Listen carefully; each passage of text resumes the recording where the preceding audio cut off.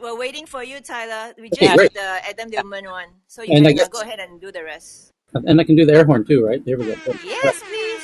All right. So we did.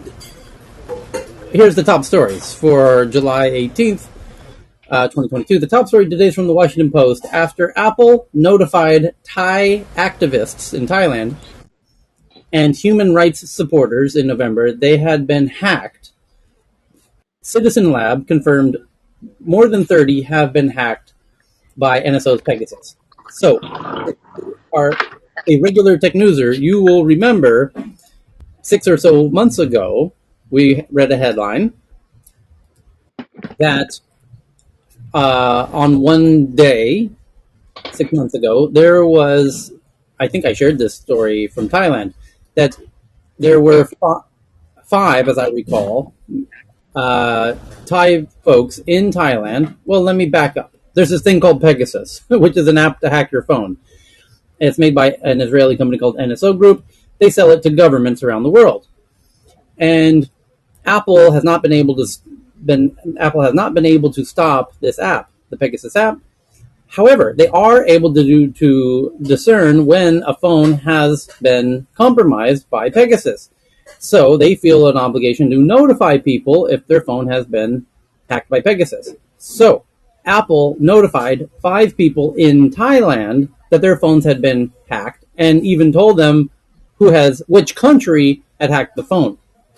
So all five of those people who received that email that morning took to social media and said, look what I just got from Apple. Here's the message I just got from Apple. Dear Apple user, you just got hacked by this a state actor via Pegasus.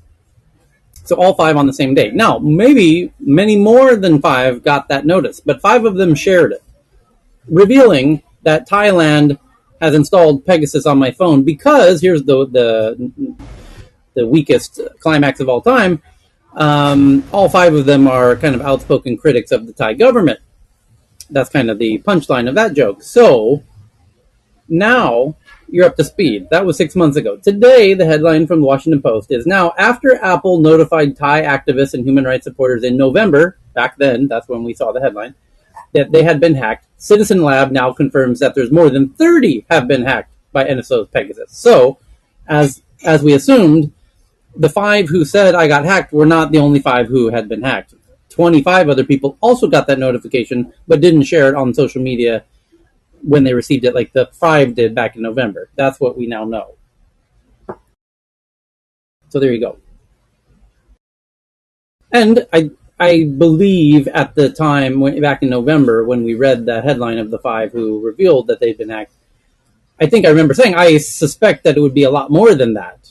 I imagine if a country has paid millions of dollars for this tool, they're not only going to limit it to five people. They're going to be doing a lot more than that. And then the question is, why aren't they coming forward? Well, maybe they still haven't come forward, but Citizen Lab, which is the outfit in Toronto who discovered Pegasus, has some ways of figuring out when people have been hacked and on their own without the people even being public about it. So now we know that there's been at least 30, more than 30, that have been hacked by Pegasus in Thailand. So there you go. Yeah, I'm of the mind, Tyler, that um, not everybody wants to make it public, but definitely there has to be more people, like you said, and others that this Pegasus and other things like it were used.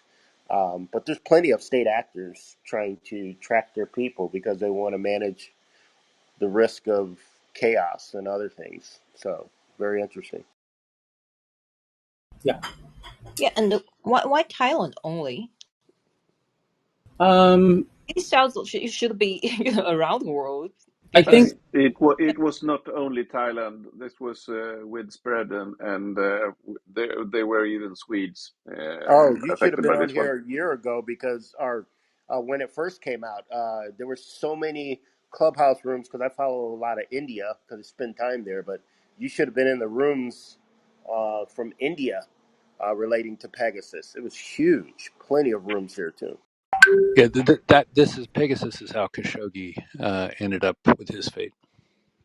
But I mean, it's a warning from Apple. So does that mean others should get this warning as well, besides Thailand? There were others that did get these warnings. And the thing is that I followed this closely, and we actually have our friend Data that actually probably can do it, even deeper dive into this one. But the list was very long. The list is now very short. Last I did get access to it, it was less than 300 names on it. When it was at largest, it was over 1,000 phone numbers and email addresses and names of people on the list. So yes, this is still a reality, and it's still not patched. And I don't think they can detect the latest version of the later versions of it. So they are like Apple is lagging behind. They still have the possibility to deploy this package. Lately, they've been using a bug in Microsoft Exchange, and people that have Exchange online on their Apple devices are vulnerable to this specific deployment that have been developed lately, Johan. Okay. I want to So make just a quick comment about that. I mean, I know we keep on saying stuff about Apple, but the reality is to do something like this is so much easier on an Android device that's why we talk about it on Apple, because people are expecting it to be more secure. It's just a given that you can do anything on an Android to hack it. I think Yeah, that that's not even not even a hard thing to do, since there are so many ways in behind the shell, into the shell of an Android device. But the Apple has been a for more premium market and seen as a bit more secure. For this one, with these engineers working from the other end, sorry, we are in the as bad shit, but a bit better, but still bad. I think the same point applies to why Thailand getting the news on this, because it's newsworthy. Because if this was, I don't know, Turkey, it wouldn't be so newsworthy. Like, you kind of expect Turkey would do something like this. With Thailand, you don't necessarily expect it because it's democratic, essentially. And yeah, Myanmar, yeah, you might expect something like this or whatever. But similarly, Apple, you don't expect it, and that's why it's so newsworthy. So, So who is it, Tyler? Is there a way to block Pegasus, and who funds it, and where's it hosted? and I'm not aware of. I've never heard of any way to block it, and NSO Group just is in the middle of potentially selling it to a U.S. company. And there was a headline last week that the CIA is secretly trying to support this American company in its acquisition of it, that they in fact want it. And that was an interesting article that we read last week. Oh, well, So that makes sense, Tyler, because our softwares are far outdated when it comes to spyware. I know that we've not funded in that area for over 10 years. And I do remember Charles Ritter, a high official in government, saying to me, this is the thing that he abhorred about government. Initially, we're great at innovating and sort of creating things at net neutral. Then we sit on our laurels for about 10 years and let the world catch up to us. So it makes sense that we would be in a rat race to get Pegasus, because essentially we are behind the curveball on spyware. okay, the I'm next not sure we're behind the. I'm not sure I'd say that. I think the government is so big that the U.S. government is not very good at cybersecurity, but I think groups within the NSA and the CIA definitely are. I mean, I don't know if you. There was a guy who was just sent to prison, but he did the Vault 7 release, and the NSA and CIA were hanging on to so many zero-day vulnerabilities for Android, iOS, Windows, that it was a big revelation, and they were using. I think we're good at getting contracts for that and partnering with people, but internally, no, the government is behind the curveball. We still have computers that have that little square dot that blinks for quite some time. We are really antiquated within the system.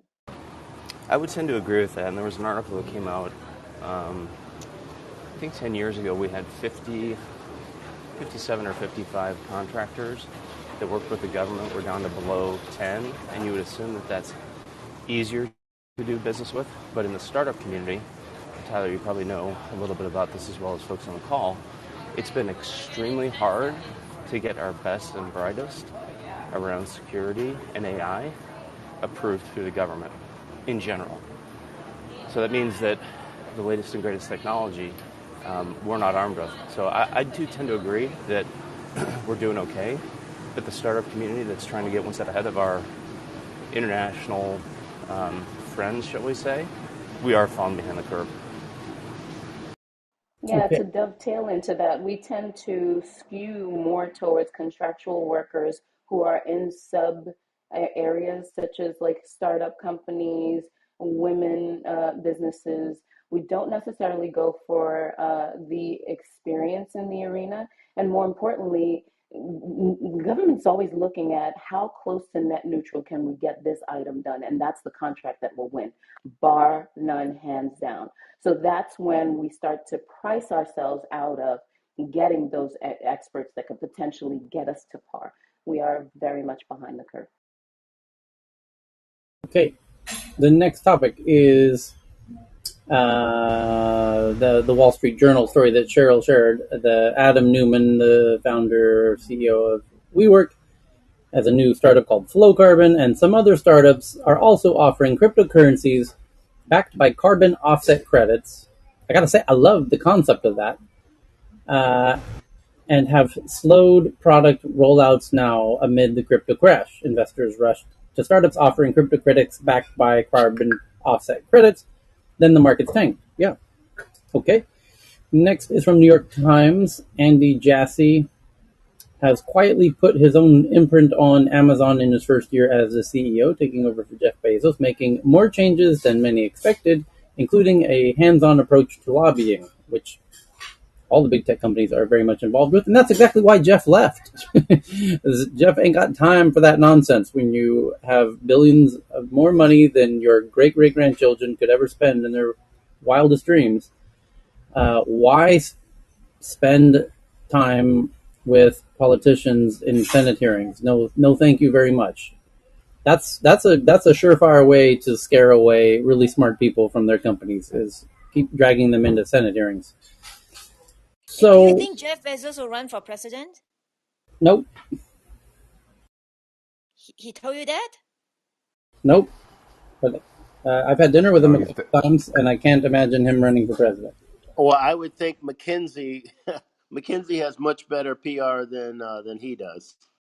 Yeah, he can't win a Democratic primary. That's the problem, regardless of whether he could win elections. But he's not the type. He he's a doesn't have pretty that kind of intelligent. aspirations.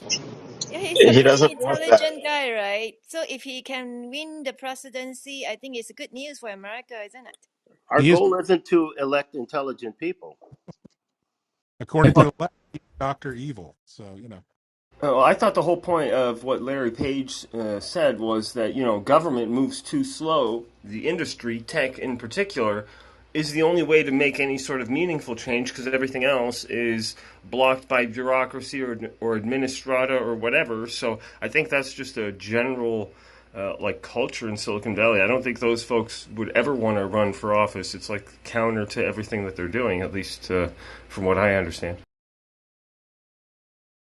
Okay, next up, Chinese grocery delivery company Miss Fresh, which raised $1 billion from Tiger and Goldman and others, falls in market cap on the Nasdaq from $3 billion last year to just 88 million this year. That's a significant fall. That's a very Whoa. significant fall. Yeah. Well, you've got a compounding effects there. You've got the fact that it's a Chinese tech company, and you've got the fast delivery. Both of those categories are getting hammered. Those are like two of the most hammered categories, and that one happens to check both boxes on that bingo card, so they're getting double whammied. The next is from the Wall Street Journal. Researchers say that Alibaba's cloud platform, called Alibaba Cloud, which hosted the Shanghai's now leaked police database of 1 billion Chinese folks, used outdated systems that didn't offer the ability to set a password. So cybersecurity companies say Alibaba's cloud platform that hosted Shanghai's police database used outdated systems that didn't offer ability to set a password. Next up, Nikkei. Wait. Does anybody believe that that's possible or even vaguely Yeah, true? they were running a very, very outdated version of MongoDB. Oh, so like the admin was just like a default that they probably didn't think of resetting or something? Because I thought most of them still have passwords. It's just default password. It was password, admin password Awesome. is the default for the older version of Mongo. And Admin? it is the leaked document is a MongoDB dump. So yeah, that's how I could guess how it happened. That's unfortunate.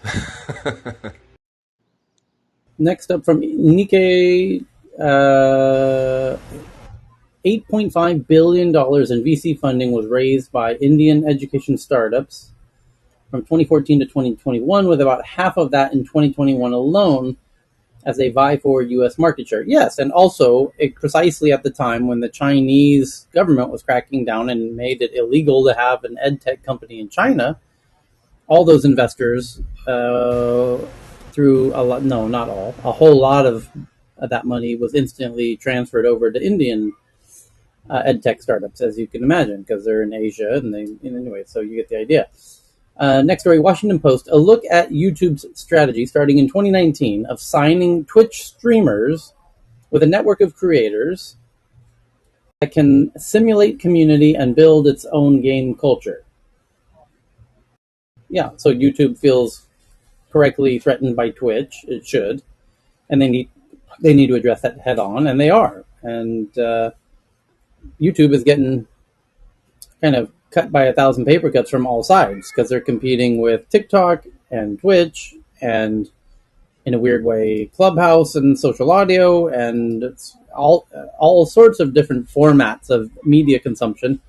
And it's trying to be all things to all people, and they're somewhat surviving in all of that. They're also competing with Spotify with just the music only versions of all the songs with what they call YouTube Music, and they have YouTube TV, and then short form, long form, everything in between, and upside down, and wild to see them manage to fight all of these battles simultaneously. The live streaming as well with Twitch. The next, Wall Street Journal. The linchpin in Microsoft's Netflix deal was something called Xandr, the ad tech firm it recently acquired from AT&T that's helping fuel Microsoft's online advertising ambitions. Okay, so now here comes Microsoft into the advertising game, along with Google and Facebook, and Apple is simultaneously ramping up its ad network ambitions. And there's a whole lot of tech on the horizon that's going to make advertising way more targeted and interesting and crazy and scary than it ever has been, because now we can have all these sensors that people are wearing on their person and in their devices in their automobiles and in their offices and in their bedrooms, and then here comes the future of advertising. It's never been wilder. It's going to be a very, very wild and crazy ride, and it only makes sense that Microsoft would get into that game at some point. So, Matt, are you able to say anything on this topic? Yeah, not much more than what's been. Sorry, I'm on a treadmill. If you take a look at the partnership with Microsoft and Adobe, this is all public information. I think that's part of how we get there. If I was against a concept, I would say so. But I think they're trying to go into it with Netflix with a little bit more sensitivity on privacy and data AI. So if you take a look at 4 weeks ago, Kevin Scott, our CTO, has been Hey, vocal. Matt, keep it going. I'll be back in a few minutes. Okay. So our CTO has been pretty vocal about regulation around data and AI.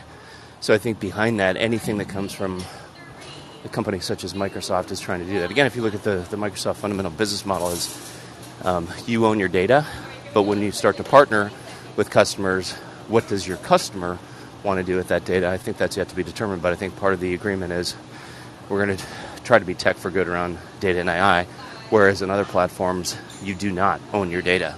So I think that's the flip side of scary, is there'll be a little bit more control and hopefully more regulation. Will there be bad actors? Absolutely. Will there be good ones? I think that's what the whole point of this call is about. Sorry, those are my last words. I'm just wrapping up a run on the treadmill. Thanks, guys. Hopefully not literally your last words. Thank you. What's that? What was that? What was that, Ben? I'm just saying, hopefully not literally your last words. No, we'll see No, you but I got... again, Matt. Yeah, no, I'm good. Sorry, I heard Microsoft and I was like, slow it down. So, but I welcome other thoughts, to challenging thoughts. So that's just my point of view. Okay, I actually have breaking news. Yes. Our friends at Gazprom has just declared a force majeure and have stopped the deliveries of gas to Europe totally 1 hour ago.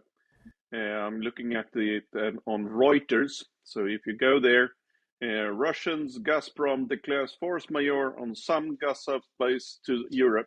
There are indications that all the three lines, there are actually three large pipelines, and additional two that have been shut off already, are now down. Wonder why? Might be that somebody has put something that's like kaboom on one of these pipelines or several of them.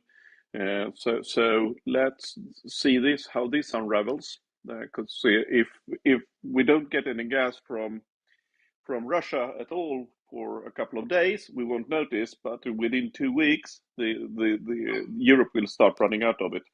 Well, and maybe what they're also doing, I mean, assuming no bad actors did certain things to stop the pipeline, air quotes. Um, Maybe they're trying to spike the price of gas again, the barrel of oil, as things are going on too. Yeah, since it was a Reuters, I thought it was high credibility and techno newsworthy. Yeah, Johanna, they're doing it because it's not just the spiking price; they're spiking reliance and showing what they can do. I mean, I think this was foreseen as a tactic. We Impactful. have no idea. It is breaking news. I just read it straight off the Reuters. But the thing is here that it's happy that happens on the hottest day in Europe, not on the coldest day, because that would be even Yeah, worse. that's good news. Yeah, but isn't Europe and other places working down their reserves? So even though this is happening in the summer, they try and build their reserves well before the cold weather hits. So even if they do get these things online, the question is how long does it take for each country to build up its reserves? Or can it really be replaced by Venezuela, West Africa, Angola, and will Saudi Arabia and group step up? Or are they even interested in stepping up? Yeah, Robert, I was listening to something over the weekend on this stuff, and that was it. It would take them more than a year to build up reserves if they are cut off, and it was not just the immediate impact of not having gas and oil right in this winter. It's the longer term effects of pipes freezing and everything else, like the bigger scope of that damage, and so that this was a very this is definitely a military tactic. One I of the noticed things that when I also was surfaced lately is that it's not only that the Russians own the pipelines, they actually own most of the large storage in Europe, especially in Germany. They actually own the storage as well. So just because you have the gas in liquidated state in Germany does not necessarily lead to that you actually can use it anyway. Might be that they just vent it and burn it of pure spite. So yeah, especially Germany is royally screwed, you and Thanks for sharing, Johan. I was just going to add, when I was in Bulgaria a few weeks ago, a colleague of mine that I saw there was saying how bad things were already in Bulgaria with pipeline access being shut off, and they don't I believe what he was saying is they had 7 to 8 weeks of reserves at that time, which was uh, July 1st, I guess. And I said, well, what's plan B? What's the backup, for the government? He said, there isn't one. So if once the reserves are gone, they're just gone right now. So The other thing is, sadly, I think it kind of looked kind of sad that when I say we, the U.S., it, and went to Saudi Arabia. It seems like hands on knees type of thing, and I'm not anti-Saudi Arabia at all. But we definitely looked like Biden was not in a position of power when he went over to Saudi Arabia to talk to them, even though he said there was another conference going on. But I would not be surprised if OPEC and others are actually enjoying some of this. So it'd be interesting to see some of the back channel discussions on this topic with those organizations and countries. Okay. The Cheryl shared the one at the top. Russia's Gazprom declares force majeure on some gas supplies Yeah, to Europe. that's brought up by Johan. So we were Yeah. discussing that since you're away. Okay. You Did can you carry on read? with the other news. Yeah. Yeah, the China one you could skip. Snapchat launches Snapchat for web to let users send snaps and make video calls on desktop. Says the average caller on the app spends more than 30 minutes a day on calls. Sydney-based startup helps retailers select the right mix of products to stock on store shelves. Just raised $30 million from Tiger Global. A Seattle-based AI software company automates building controls for industrial facilities like power plants. Raises money. Who cares? Um, At least 71 U.S. cities and towns now offer cash grants and other perks to attract remote workers. Wow. Mostly in tech, up from at least 24 a year ago. That's kind of wild. That's from the Wall Street Journal. 71 U.S. cities offering cash grants and other perks to attract remote workers. Um, Tyler, that sounds great, but until they get some of these cities safer, they're going to have to do more than a cash grant. I'd be curious to hear all the different pitches of all the different cities, or make a collection of all the different decks, or ask them to make decks and compare and contrast them. That could be kind of fun. Or make a nice grid chart of cash offering. Kind of do a detailed consulting group like analysis of what the differences are, like tax. Tyler, I'm sure someone's done it on Yeah, TikTok already because they do a lot of those for what nations are welcoming remote workers. Right. yeah. This is And the flip side of super that is, interesting because if you factor in time zones for people, different kind of workers, it would be a very handy tool to be able to figure out. Because remote workers, digital nomads, don't just stay in one place only. They might go from Bali to Istanbul to Miami to New York, right? In like 3 or 4 months. and then it's also interesting to understand the pitch that the real estate investment trusts, like Jones Lang LaSalle in the U.S. and others, they're fighting a different battle to get people back to the office. And so I've seen less of a strategy on the REIT side, real estate investment trust, and a lot more energy to hiring remote workers, who used to have to be in Mountain View or Redmond or New York or Chicago or Austin.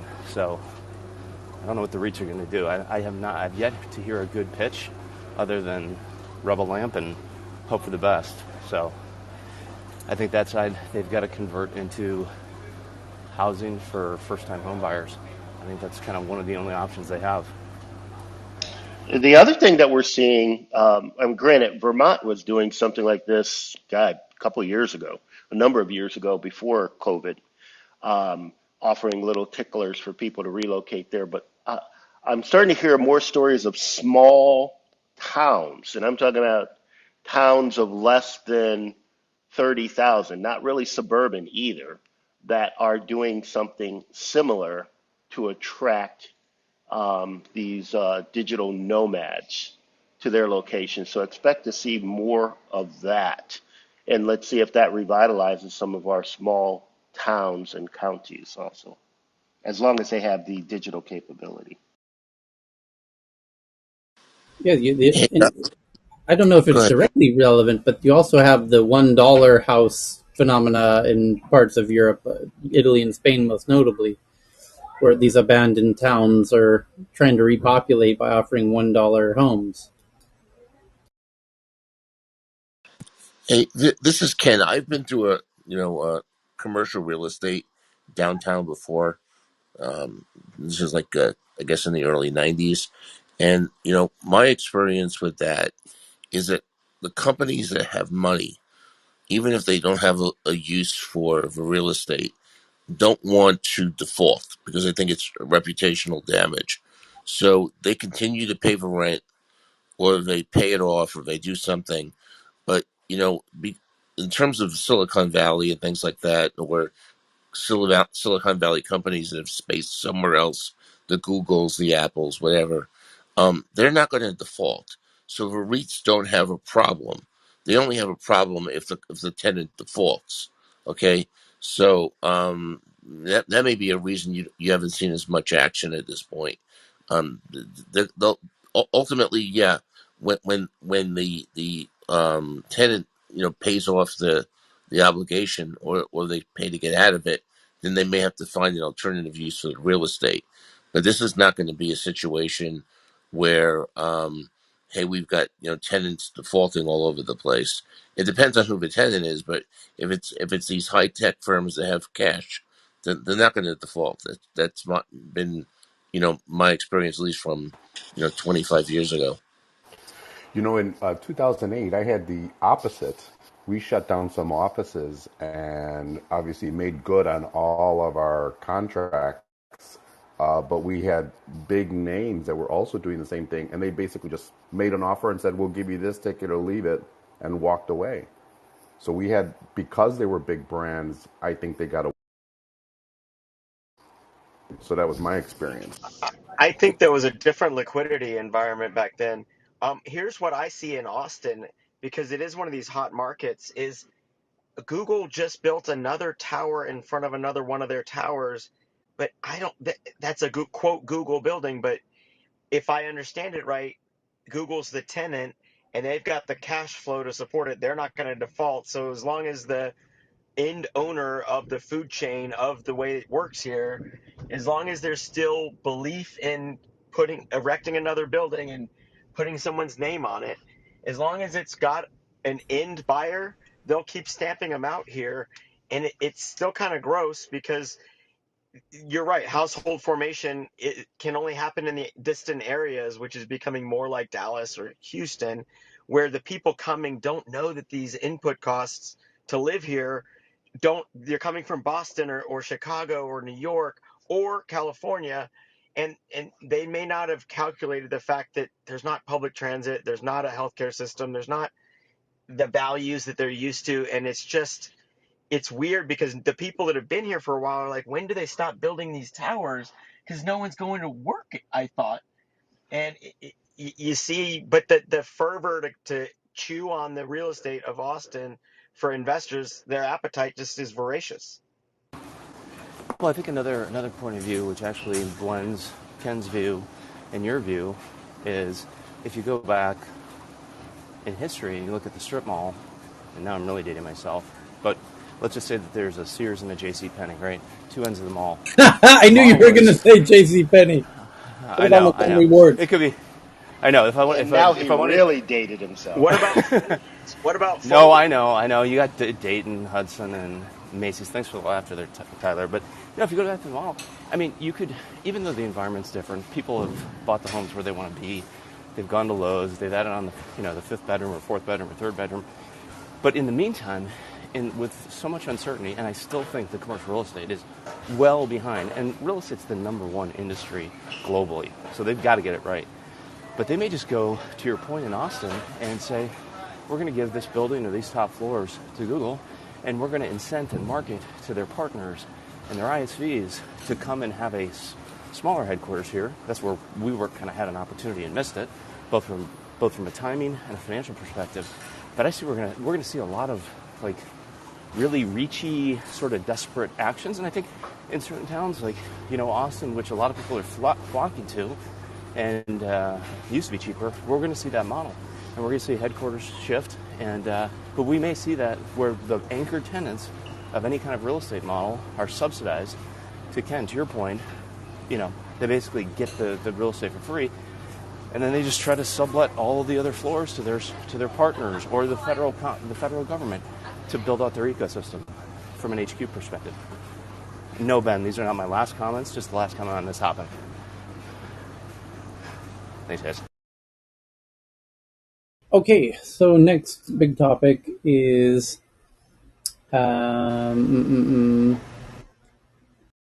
Vice did a piece about industrial scale online scam centers in Southeast Asia have perfected what they call pig butchering, a romance meets investment fraud increasingly centered around cryptocurrency. And essentially the scam is they start off by trying to be like Tinder matches, and then they try and get you to invest in some shitcoin you never heard of, which turns out to be they and several other people are working for the same crypto shitcoin that they're trying to get you to buy, and once you buy into it, you're never getting your money out of it because they own it. And it's anyway. So the next one is in a report, an email sent to 3 creators. Coinbase says it is temporarily shutting down its U.S. affiliate program on July 19th. And Bloomberg says in a filing, Elon Musk's lawyers say Twitter is unfairly pushing for a warp speed 4-day trial in September 2022, later this year, and ask for a court date in February 2023 or later. In Vice reporting, Tyler, it's not. That's the way that court is built. That's not. I mean, of course they're pushing for a fast trial. This is not. That's the way the Chancery Court in Delaware is built for fast trials for these type of corporate issues. Okay. Vice reporting that in an interview with MetaMask co-founders who say, quote, we can't stop people from making Ponzi's on blockchains, and, quote, putting your money in cryptocurrency is gambling. And that's a direct quote from the MetaMask co-founders, according to Vice. And those are your big boring headlines for today. Cheryl, did I miss any ones that look important or interesting to you? I see one here. 2, one from Reuters. According to sources, several U.S. chip makers are debating whether to oppose the CHIPS Act if its final language disproportionately benefits manufacturers like Intel. Yeah, well, that makes sense. The second is from Bloomberg. A UK judge squashes the CMA's order that Meta, meaning Facebook, must sell Giphy, and refers the case back to the agency. The CMA says it aims to complete the review within 3 months. Yeah, I think I remember making that point. Like, that was a really bullshit, weird antitrust thing that the CMA was trying to bring up about Facebook with Giphy, as if Giphy Where will I get my gifts? exactly the Only one implication. place to get them all. The implication being that we can't have Facebook own all the gifts. It's like, how fucking retarded is that? Come on. So, and that was the point I made when that whole thing went down months ago, and I'm glad to see that judge had some common sense. Anything else? No. Those are all the big headlines for today. Okay, so now we get to go into the news. What court was that in? A UK court. Just want to start to note these things. Yeah. Tyler, Okay. look in the back channel on Twitter. That is that's off the scale of bullshit, which actually I posted there. What is it? Apparently, Russia they have something called coffin money, and coffin money. Sorry for that. I got it here. Last night, Russian state TV ran a report on the unexpected benefits of having your son killed in Ukraine. you can buy a car with the compensation given to you by the state. There you go. That's the bright side. There's your silver lining. Well, this is beyond. This is really beyond. Sorry, I still have the yapping dog here. So I But guess this the is, the Russian word for that is coffin money. yeah. I actually did find this one in You got a Russian. brand new car. One for you, and yeah, everyone gets a car. So the next we have all the tweets to get through before I jump into the list. Does anyone have a tweet that they saw since we met last time that they want to make sure that we cover? Tyler, did you cover? Did you all cover as a key headline TSMC's amazing profits up 70+%, but now they're forecasting that there could be excess inventory of chips out there in the marketplace, so that places future profits at risk. No, I saw they had a great quarter yesterday, but I didn't hear the second part. Yeah, I'll go and post that and tag you guys.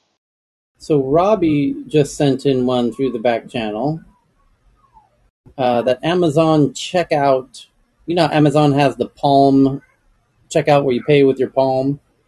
So the Amazon checkout is Palm Pay is coming to sports venues. That's kind of, and they were previously reported to be going into music venues. And then he also shared another one that I'll pin to the top of the room about. Oh, here it is. Checkout free food and beverage experience coming to Texas A&M.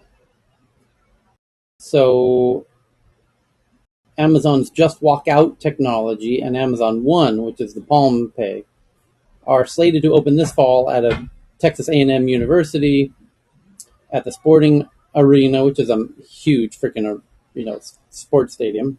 Kyle Field is one of the 10 highest capacity stadiums in the world. 100,000. 100,000, Yeah. 100,000 people. They're already. I told you guys they had that at the downtown Whole Foods in Austin this earlier late spring, and it's still there. It just nobody's using it.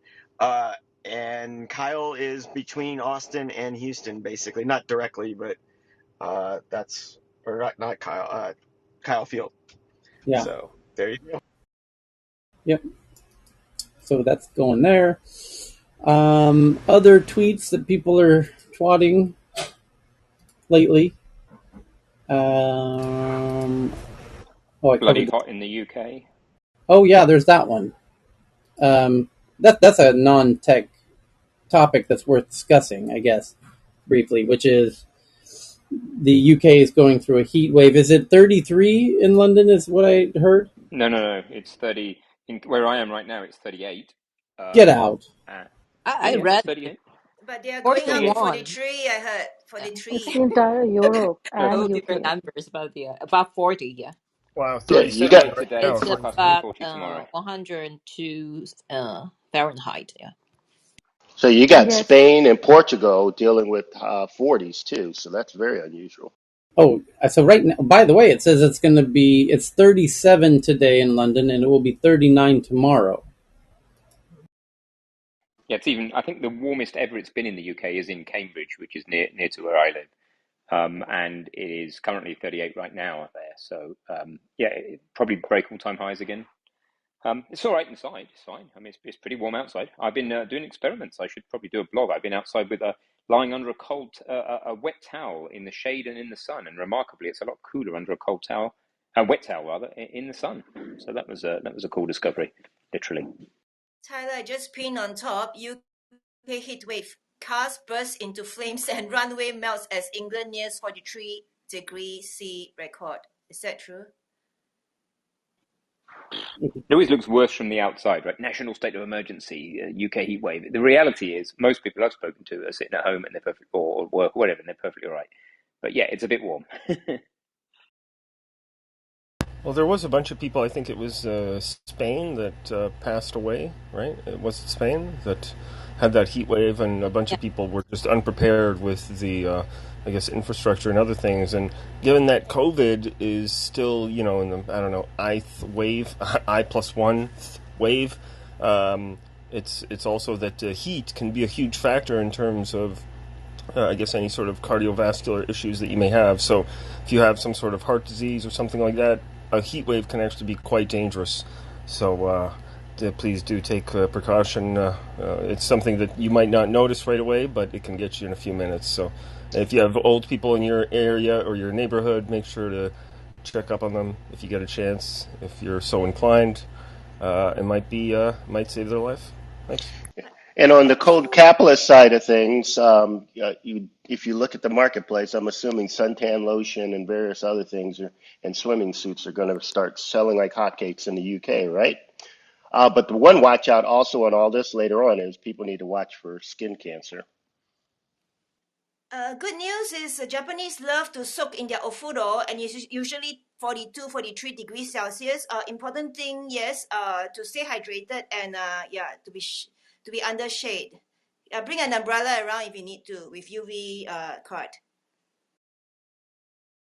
Okay, so the tweet that I have here is from BB from Reuters that the United States needs $3 billion more to remove Huawei and ZTE from U.S. networks, regulator says, bringing the total cost to $4.9 billion, the agency told Congress on Friday. So we got to get these Huawei and these Chinese telecommunication equipment out of the U.S. because it's reporting things back to Beijing, is the whole premise of that.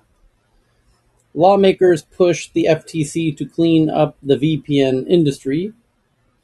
The letter states that VPNs exploit, mislead, and take advantage of unwitting consumers who click I agree, not knowing what they're agreeing to with regard to their data. Microsoft launches drone simulation software called Project Airsim. Project Airsim is a result of 5 years of research and experimentation into deep learning and AI, while the earlier open source research project is being retired. I think that project was also built on Unreal Engine, so that was quite the impressive thing for autonomous or drone experiments. So that's cool. Okay, next is from BB from CNET. The headline from CNET says AI is great if you're rich and powerful, otherwise not so much. The AI revolution sweeping the computer industry is bringing plenty of problems along with progress, according to Mozilla. So I just retweeted that, just like I retweet all of these in real time to the Tech News Twitter account, TNATW, which is pinned to the top of the Clubhouse room. And then BB found one from Fortune that Instagram and TikTok are wreaking havoc on our finances and happiness. Why is that, BB? Let's read it together. Social media impacts consumer spending habits, according to a new study by Bankrate, which nearly half of users admitted to making an impulse purchase based on a sponsored post. It works especially well because brands like Shine and Skims stealthily advertise products online through seemingly normal, everyday people in the most sought-after vacations, outfits, and products. But 64% of social media users have made an impulse purchase from an advertisement, regretted at least one purchase. And those purchases, quote, can often harm our finances more than benefit our lives in the way we thought they would from social media. So the point is that social media is getting very, very good at getting people to click buy because it's a much richer, engaging ad. And it's going to get much better in the very near future because these algorithms that determine which video or photo to share with you next can also know what you are attracted to and then take advantage of that fact in a very disturbingly intimate way, such that it knows the perfect. Well, you combine that with another emerging technology, which is deepfakes. And then what you could do is, let's say Cheryl always watches the dog video of the golden retriever in her feed, and the app knows that. So it could then tell H&M, hey H&M, if you're marketing to Cheryl, let's somehow involve the golden retriever she's always watching in her feed. And there will be the ability to make a deep fake in real time that is personalized to Cheryl in that way. Similarly, BB might be a huge fan of Brad Pitt, and so the app could do the same thing with some brand like IKEA and tell IKEA, hey IKEA, if we're targeting it at BB, let's make a deep fake of Brad Pitt engaged with the IKEA product, and that will really get BB's attention. And maybe in Dr. Fran's case, what if we show Dr. Fran herself as the subject of the advertisement when she watches the ad? I think many people will find that very engaging, especially narcissists. So get ready for ads featuring your own dead grandparents or ex boyfriends and girlfriends and everything else you could ever, or your own children, because that's what happens when you combine deepfakes with AIs and personalization. And it's going to have an incredible boom in click through rates and get people to be buying all kinds of crap that they never really intended to buy.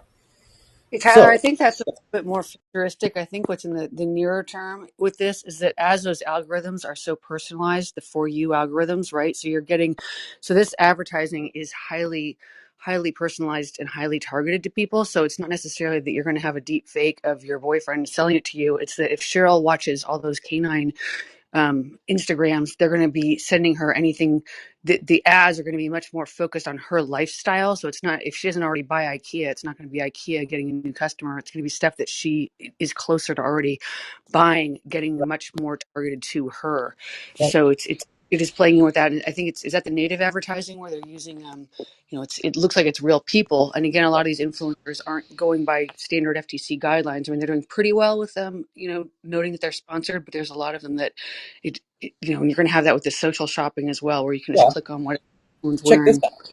So we're not that far off from a whole bunch of technologies that can be used to influence socially. For example, audio chat, social audio bots are are in the near future, such that you have a social audio bot who comes in the room and says, "Whoa, I just tried out this new running shoe that was fantastic. I love it. Okay, I'm done. I'm landing my plane. Thank you very much."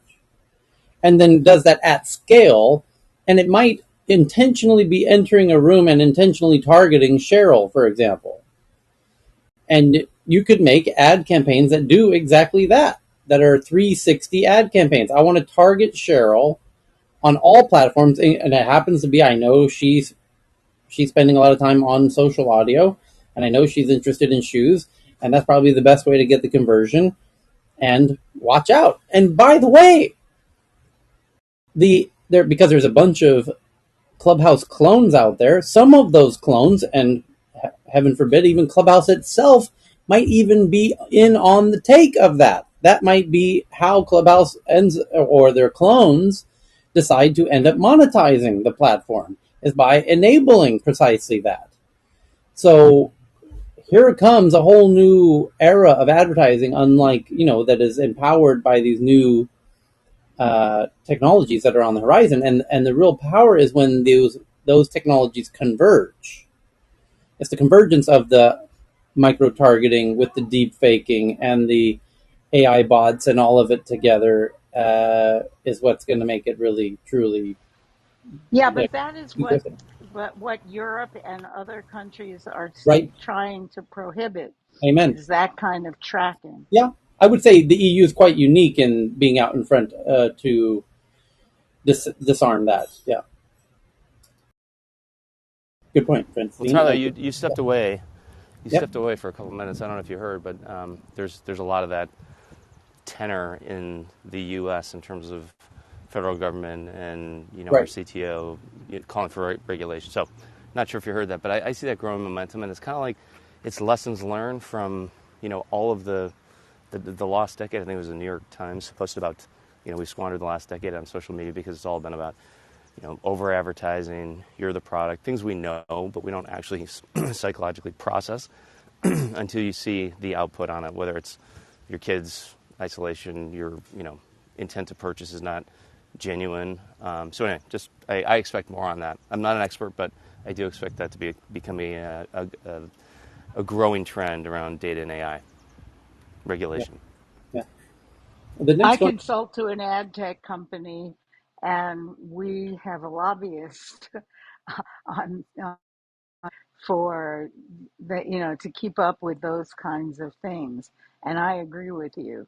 The regulation is bigger and bigger and bigger, and we are going to end up eventually. I don't know how long it's going to take us, but we're probably going to end up in an environment where if people give their data, they will get paid for it.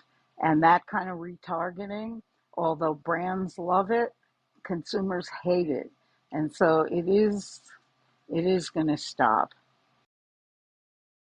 All right. Yeah, it's a tug of war because normally we see the articles on the seller's side. This is more on our buyer's side, and it's about maybe because the youths here, Instagram and the TikTok users is more younger than other users as well. So I think that yeah, just like all you guys said, yeah, the regulations needs to play more Yeah, more important part in this.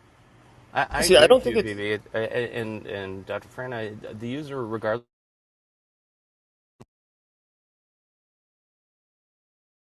We have intent to purchase, and I think you captured it well, Dr. Fran. Is that advertisers love it, but consumers hate it. But in aggregate, the consumer is not represented because we don't have any collective action to take a stand against this unless we do, virtual protests that we're going to shut down Facebook or Instagram or another platform for 24 Well, hours. And that's right. And we don't do that because we're hooked on convenience.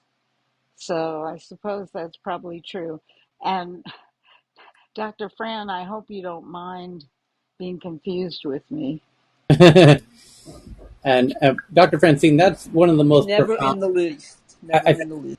I feel like the words "hooked on convenience" deserve to be a mantra for this decade. Agreed. Agreed. So I don't know about you folks, but I wouldn't mind seeing myself in a deep faked ad. I think that kind of hacks some sort of, human instinct of, oh wait, I've already seen myself look fantastic in those pants, shirt, insert whatever item or product. I'm man, just curious for the folks on the stage, how many of them would find it offensive if an ad used their face in a deep fake sort of way? So what if you ended up in deep fake porn? Would you still have that same interest? I guess it depends on the porn. Really, I guess very it depends quite on whether I authentic. get a Okay, cut. Is he a top or a bottom? The Power thing is bottom. over the bar, over. That's very open minded. But if you listen to some of the conversations in women's rooms on Clubhouse, you might find that is not the norm. one of the things also here is that you have all seen the adverts for the scammers for Elon Musk, these pyramid schemes, Ponzi schemes for bitcoins, etc. So this is something that will get very, very immense and very. You can actually have Elon Musk talk about the possibilities to earn money by going into Dogecoin or whatever these fake coins are named this week. So the thing is here that yeah, scammers they will have a playground with this, and it will be hard to defend against it. Johan Dan. Okay, we got a whole bunch of impressive, really unusually good tweets today to run through. Saudomini found one that Google Play, the store, will hide app permissions, makes developers responsible for data. This is from India. Google is set to no longer show permissions it automatically gathers from apps in its Play Store, giving developers control over what data they are collecting. Europe boils in a heat wave that fuels fires in France and Spain. We covered that. BB found this one from Bloomberg, that brain-computer interface startup implants first device in U.S. patients. It's called Synchron is the name of the company.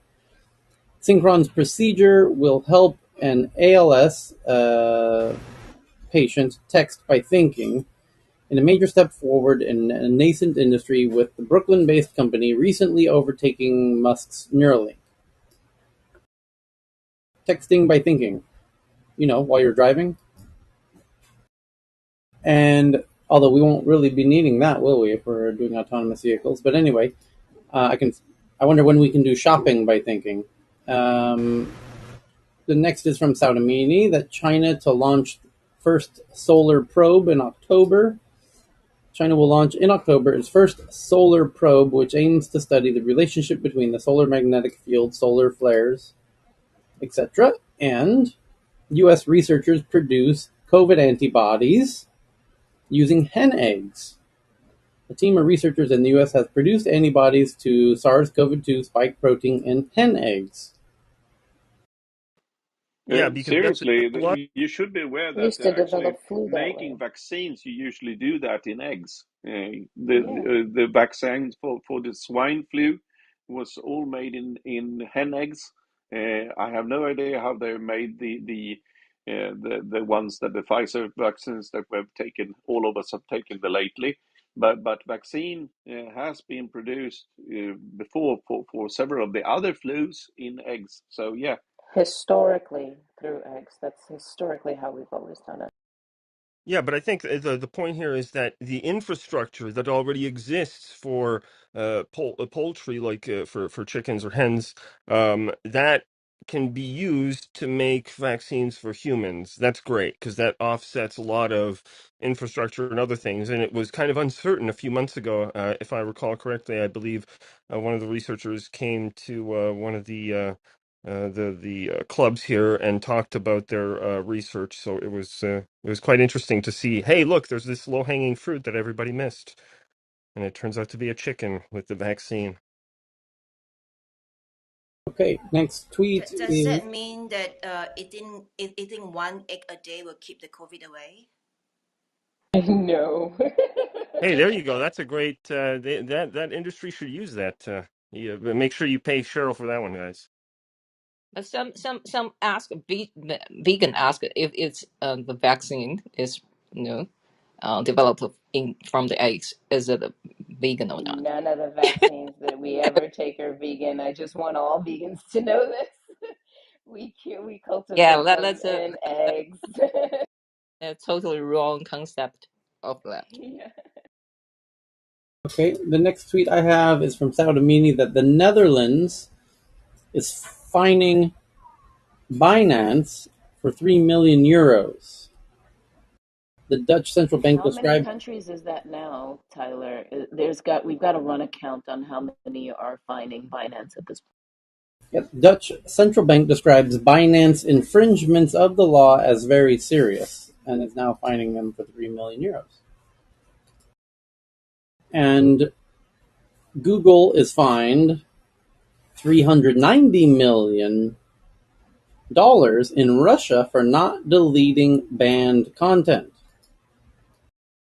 Which I'm gonna go. I'm gonna take a wild stab and say that content is unfavorable to Vladimir Putin. Just a hunch. Call it a hunch. So it's the second fine based on a percentage of Google's turnover in Russia after a penalty worth more than 7 billion rubles last year. And the next is from BBC, that companies are going to war against rivals on social media. A boss of a high-tech monitoring company says that some retailers are spreading lies about their competitors on social media. Pardon me for 1 second. from the new people today. They want to talk with you now. Okay. Okay. Let me get one more tweet here, and then we'll. I gotta pause for 1 minute. The BBC reporting that the UK set to have world's biggest automated drone superhighway.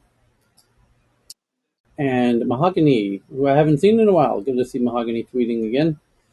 Economist does a piece on what to do now about tomorrow's code cracking computers, about future-proofing encryption and whatnot.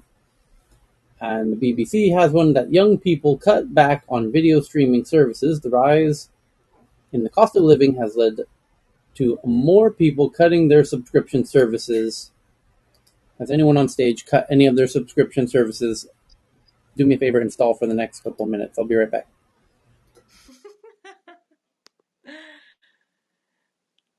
Okay. Anyone cut their subscription recently? The Netflix one, Maybe maybe? we should do it for like because now we have Netflix, Disney Plus, and Yeah. what else? And Apple TV. So like, which one is the most? I'm curious about that. I'm gonna take a page out of Ben's book. I canceled quite a number of them. I'm just enjoying outdoors in the summer, being with nature, right, Ben? Make believe that you've lost all subscriptions and just save money and go outside and feel what it feels like to be in, like, nature and actually doing things outside with the weather being so nice. So what you've seen people doing, and Netflix has responded to this, is people, because Netflix really had a lot of binge watching. So people figure out which shows they want to see, they binge on it, and then they cancel the subscription until either the next part of that series is shown or some other show that they want to see. So their biggest show, and they're reporting earnings tomorrow, by the way. So we'll see their subscription numbers. So pay attention to that. Um, the Stranger Things, which is probably their biggest show right now, they didn't roll it out in a schedule where people can binge watch it. They kind of like did a couple of shows and then they stopped. Then they did a couple of more shows and then they stopped. And they did that because they didn't want people binge watching it and then canceling it. After you binge watch it. Um, you could really easily do that on Apple TV because they don't have as many shows, and sometimes they don't have that many shows in a particular thing. Like I think the morning show, I've binge watched that. You could do that in a week or less. So I think you're going to see companies change that ability to binge watch somewhat in order to keep people subscribers around. You're also going to see and they've already announced this, by the way. They just haven't done it yet, I don't believe. HBO is going to merge Discovery Plus because the companies merge. So they're going to merge those two things in together. So you'll be able to get them for one subscription fee. And even though that may, in theory, cost them money, it makes their subscribers more sticky. In fact, HBO just went back the other day and said they will now again be available through Amazon. That means they have to cut. Amazon gets a cut of the essentially have to pay Amazon, so they're getting effectively a cut of the subscription fee, which means less money for HBO. But that's how HBO is going to keep its subscriber numbers up. So they're going to again use Amazon basically to wholesale, HBO Max, I should say, not HBO, but HBO Max. So anyway, those are the things to look out for in streaming. So I'm curious, wouldn't it be more strategic for them to, let's be realistic, they all have enough data to profile us. Wouldn't it be more strategic to allow one bid series per month? Because there's certain things that, particular people have the taste for. I'm just curious because the thing that drove me nuts is when all the regular TV channels like CBS does Paramount Plus and all of them start coming out with their own channels, and then you can't watch you can't watch it if you missed it and things like that unless you have the subscription. Well, yeah, and I think a lot of people are frustrated by that, but that's what they're trying to do, Tom, is they're going to frustrate you until you pay for the subscription. That's their goal. Um, so I mean, and if everyone stops watching everything because no one pays for the subscriptions, then they'll have to come up with another model. But you're going to have to see massive drop offs in these subscription numbers. But what the weaker ones do, like I get what do I get? Peacock, which is NBC. I get that for free because I still have a cable subscription. So a lot of Peacock's numbers, when you see their subscribers, are, you know, particularly, are free customers, that aren't actually paying them directly. They're getting it from the cable company. Or Peacock also has an ad supported tier, and that's going to be how they're keeping subscribers. I mean, HBO's had a lot of success. HBO Max with the lower price ad supported tier. Peacock is a lot of their customers. Paramount, same thing, and that's why Netflix is introducing an ad supported tier. Probably they hope by the end of the year. They just did that deal with Microsoft, who's going to be their advertising partner. Microsoft's going to figure out through a company called Xandr that they bought from AT&T. Microsoft bought Xandr from AT&T. Stuff Not all so that you long. can't binge. So that becomes more like network TV. They're adding ads. That's more like network TV. And then the network TV is adding streaming services. So it's all crazy. Something's got to be a tipping point. Well, the network TV is defined as terrestrial. If you actually look at traditional television, and Dr. Fran, like as we remember it, right? You won't see much content there anymore, other than like news. Okay, in terms of dramas and comedies, and you won't see much content compared to what you've been used to. So it's all going to it's all going to streamers, and yeah, and what you're going to see on the supported tiers, and it will differ from streamer to streamer, is much more limited ads. I just don't have the numbers right in front of me, but the number of minutes that they're devoting to ads is going to be far more limited when you're actually paying for the ad supported tier than when it was over the air free television. So there will be less commercials. I predict pirating is going to become big again. Good. I I predict that people are going to start picking up books and reading again. Or wait, do that maybe. too. Why Why? join the Navy? Hang on. Is that Relax. hold on? Is that the driest sarcastic delivery, or was that a sincere prediction? It was all the above, but I think it was a horrible So, prediction. so Kindle will have much more sale. Is You know, that when the economy was pumping, people didn't care how many streaming services they have. Now people are looking at what they have, you know? But just And pick. isn't that the case for every cycle? Typically, when the economy's great, we go out and get all these things.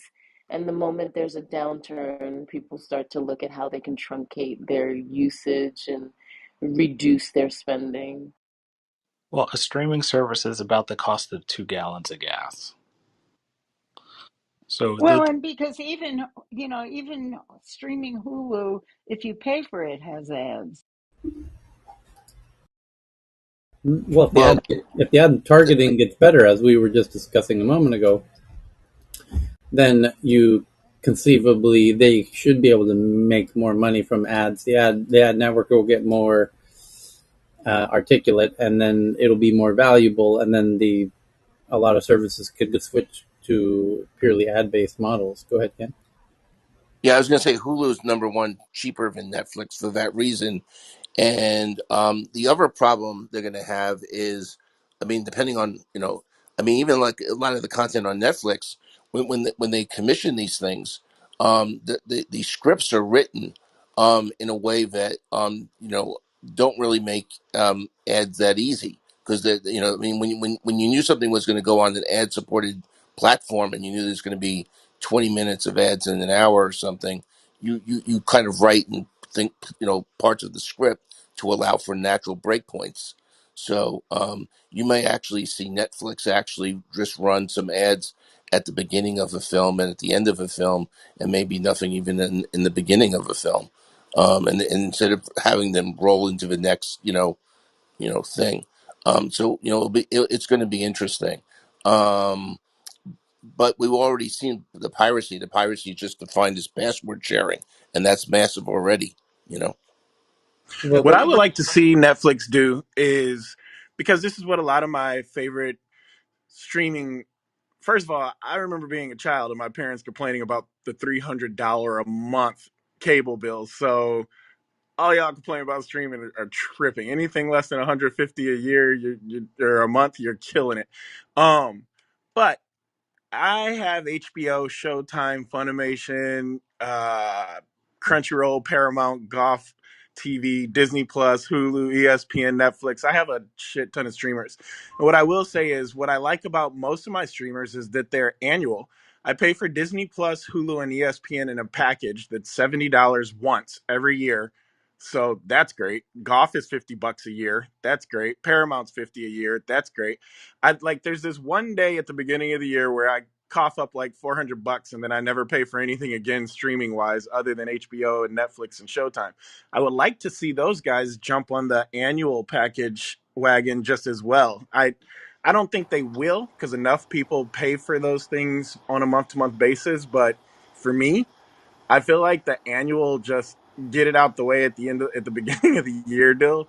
That's my favorite. I just never have to think about it again. And I always think, I mean, it's so much cheaper. Disney Plus, Hulu, and ESPN for $70 a year. That breaks down to like what, $2 per month between the three of them. It's pretty good. I don't know. I think that's almost Michael. the Costco model. You're paying all your money up front of it instead of it sitting in the bank, instead of paying $5 a month. No, no, Michael's right. That Disney deal is really good, Michael. But I'm going to actually question whether you can actually renew at that price because I think that was subsidized when they were first rolling out Disney Plus. So they No, might actually try to increase that somewhat. I mean, That's a it good opened, deal. brother. And I had it since it opened, and every year that's what I wonder if it's because I did it the first year, and so it's like a grandfathered in kind of deal. I'm not sure. I pay the same thing, and I'm paying monthly. I get Yeah, Hulu, ESPN, and Disney, and I think I'm paying $12 a month yeah, they're for all excellent. three of them. So, and that's not an annual, No, no, but 12 times 12 is 144. Michael's paying half of right? that. But for all three, I think he's just He's saying that. getting all three also. I think he's saying in general, it's still a really great like deal for people like doing the packages like that. But yeah, for me, I'm thinking I must have got grandfathered in since I was like one of the like as soon as they even announced it, they had a sign up for 70 a year, and I was like done. I didn't even have to. That was like months before it was even released. I signed up for that, so I was probably grandfathered in. But if you're saying that you're paying $12 a month and you're getting all three, that's still killer. I mean, you're still getting sports, you're still getting Hulu, you're still getting Disney Plus, and it sounds like they're all like basically $4 a month. That's yeah. And I still shut it off for the summer when I'm not watching TV, and then renew it again when fall comes. Yeah, Capital One started offering deals on some of those packages too. So I've seen it on Capital One and Vets Advantage. Um, Verizon packs it in with their phone deals as well. You get from because they're always trying to get that to me. With Verizon's top tiers, I believe it's $80 a month. I know I pay it, and I have it. I don't, and look at and think about that. That's insane. I don't use their deals that come with it because I don't mind paying for it at the beginning of the year. But you get, I believe, 6 months free for Disney Plus and all that with the $80 a month with Verizon, and um, you also get the Apple Music free for as long as you have that package. So yeah, they definitely have a lot of different designs. It's funny that they include it with credit cards too. I didn't know that they were including it in credit cards now. Yeah, Verizon just cut back on those offers, by the way. So if you got Yeah, it I think already, when I they get just HBO Max for free because I'm an AT&T. But I guess the point is they're all working on numbers. That's why they're doing all these deals because they're trying to rack up the amount of numbers and be the last man standing. Yeah, and on the topic of bundles, recently found out that if you have home and auto insurance, some insurance companies have started bundling in device protection. So, oh shit, I cracked my screen. Oh, I didn't know that was covered under my policy. That's great. Yeah, Hey, you see Michael. that? Because of the VR, VR set. no, Assurant and Assurian are the two that'll do a lot of that. Like for instance, that's where you see nowadays if you crack your iPhone screen and you go to bring it in, it's through Assurant. Different deals like that as well, and then you could package all of it up. all your electronics, which I kind of learned literally last month. I could literally take all 20 operational devices I have in the house and package them up in a deal. Michael, the how far out do we assume it might be before the cost that tech enables a significant drop in the cost of producing content for the likes of Netflix and HBO and whatnot? Is there technologies on the horizon that could have significant impact on lowering the cost of producing content for those platforms? Oh yeah, absolutely. The biggest one is virtual filming right now. That's the biggest one. That's what was used on Thor: Love and Thunder. The same technology that was used on Mandalorian and quite a few of the Disney shows actually, which is why they can even if you guys have seen, and I'm sure you haven't seen it, but if you remember How I Met Your Mother, there was a spinoff about called How I Met Your Father, and the way they were able to get that to look as expensive as it did because it looked like they were shooting it out on different bridges around New York and out in all these different locations in New York, and it looked really expensive, but all of that was literally on a virtual set. And what virtual sets do is basically they put together a whole lot of screens to build what would traditionally look like a movie theater, really. And it's building a box basically around your actors, and what it's doing is it's using the power of an engine, a real-time video game engine actually called Unreal Engine 5, which is developed by Epic. And what Unreal Engine 5 does that's kind of revolutionary is they've found a way using a couple of different things that I won't get into because they're pretty technical for I know we're all nerds, but that goes into game nerd shit. So but basically they found a way to get really high quality 3D model assets to be able to show up in the billions of triangles in real time on your screen. And as a result of that, you can now, for example, when we're directing on set, if you use one of these volumes to make your movie, let's say, we want to shoot for a perfect example. Tyler, as you all know, heads up a very big conference once a year. And let's say he wanted to make that conference appear to have five different people from around the world who aren't actually in the same location. He could broadcast all of them, and if they all set up their technology properly in their place, in their where they're at, and they're walking around, the camera will basically calculate where they are in 3D space and make it appear as though they're actually on stage with Tyler having this conversation. And because it understands and triangulates where everyone is, when you're watching it at home, even as the camera is virtually being moved and directed by a director, everyone is in their actual space where they're supposed to be, in three dimensions, and that makes it appear as if it's real. And because of the high triangle count of all these 3D assets, everything looks real. Nice. Yeah. It's yeah. And that's how they're basically what she's talking about, and that was what I was trying to avoid getting into, but basically that's what's allowing them to use these billions of triangles at once on screen without your computer blowing up. And you still need a pretty hefty computer. The computer we use to run, it's a Puget system. It has four RTX 3090s in it. It's doing a lot of heavy lifting to make that thing run smoothly. But the point is, it is millions and millions and millions of dollars cheaper than what it used to cost to do this. And now we can get movie quality visual effects on television, which, by the way, used to be unheard of. Yeah, that's a great point. There's actually even more subtle innovation that I've noticed in my area here in Toronto. A lot of turnkey studios where you can just come in, you're given the key, and they already have a computer set up. They have that amazing LED wall stage, and you can just go in there, and for a flat rate, you can just rent out the space. So I think the cost, at least the entry cost, has come down a few orders of magnitude. Drastically.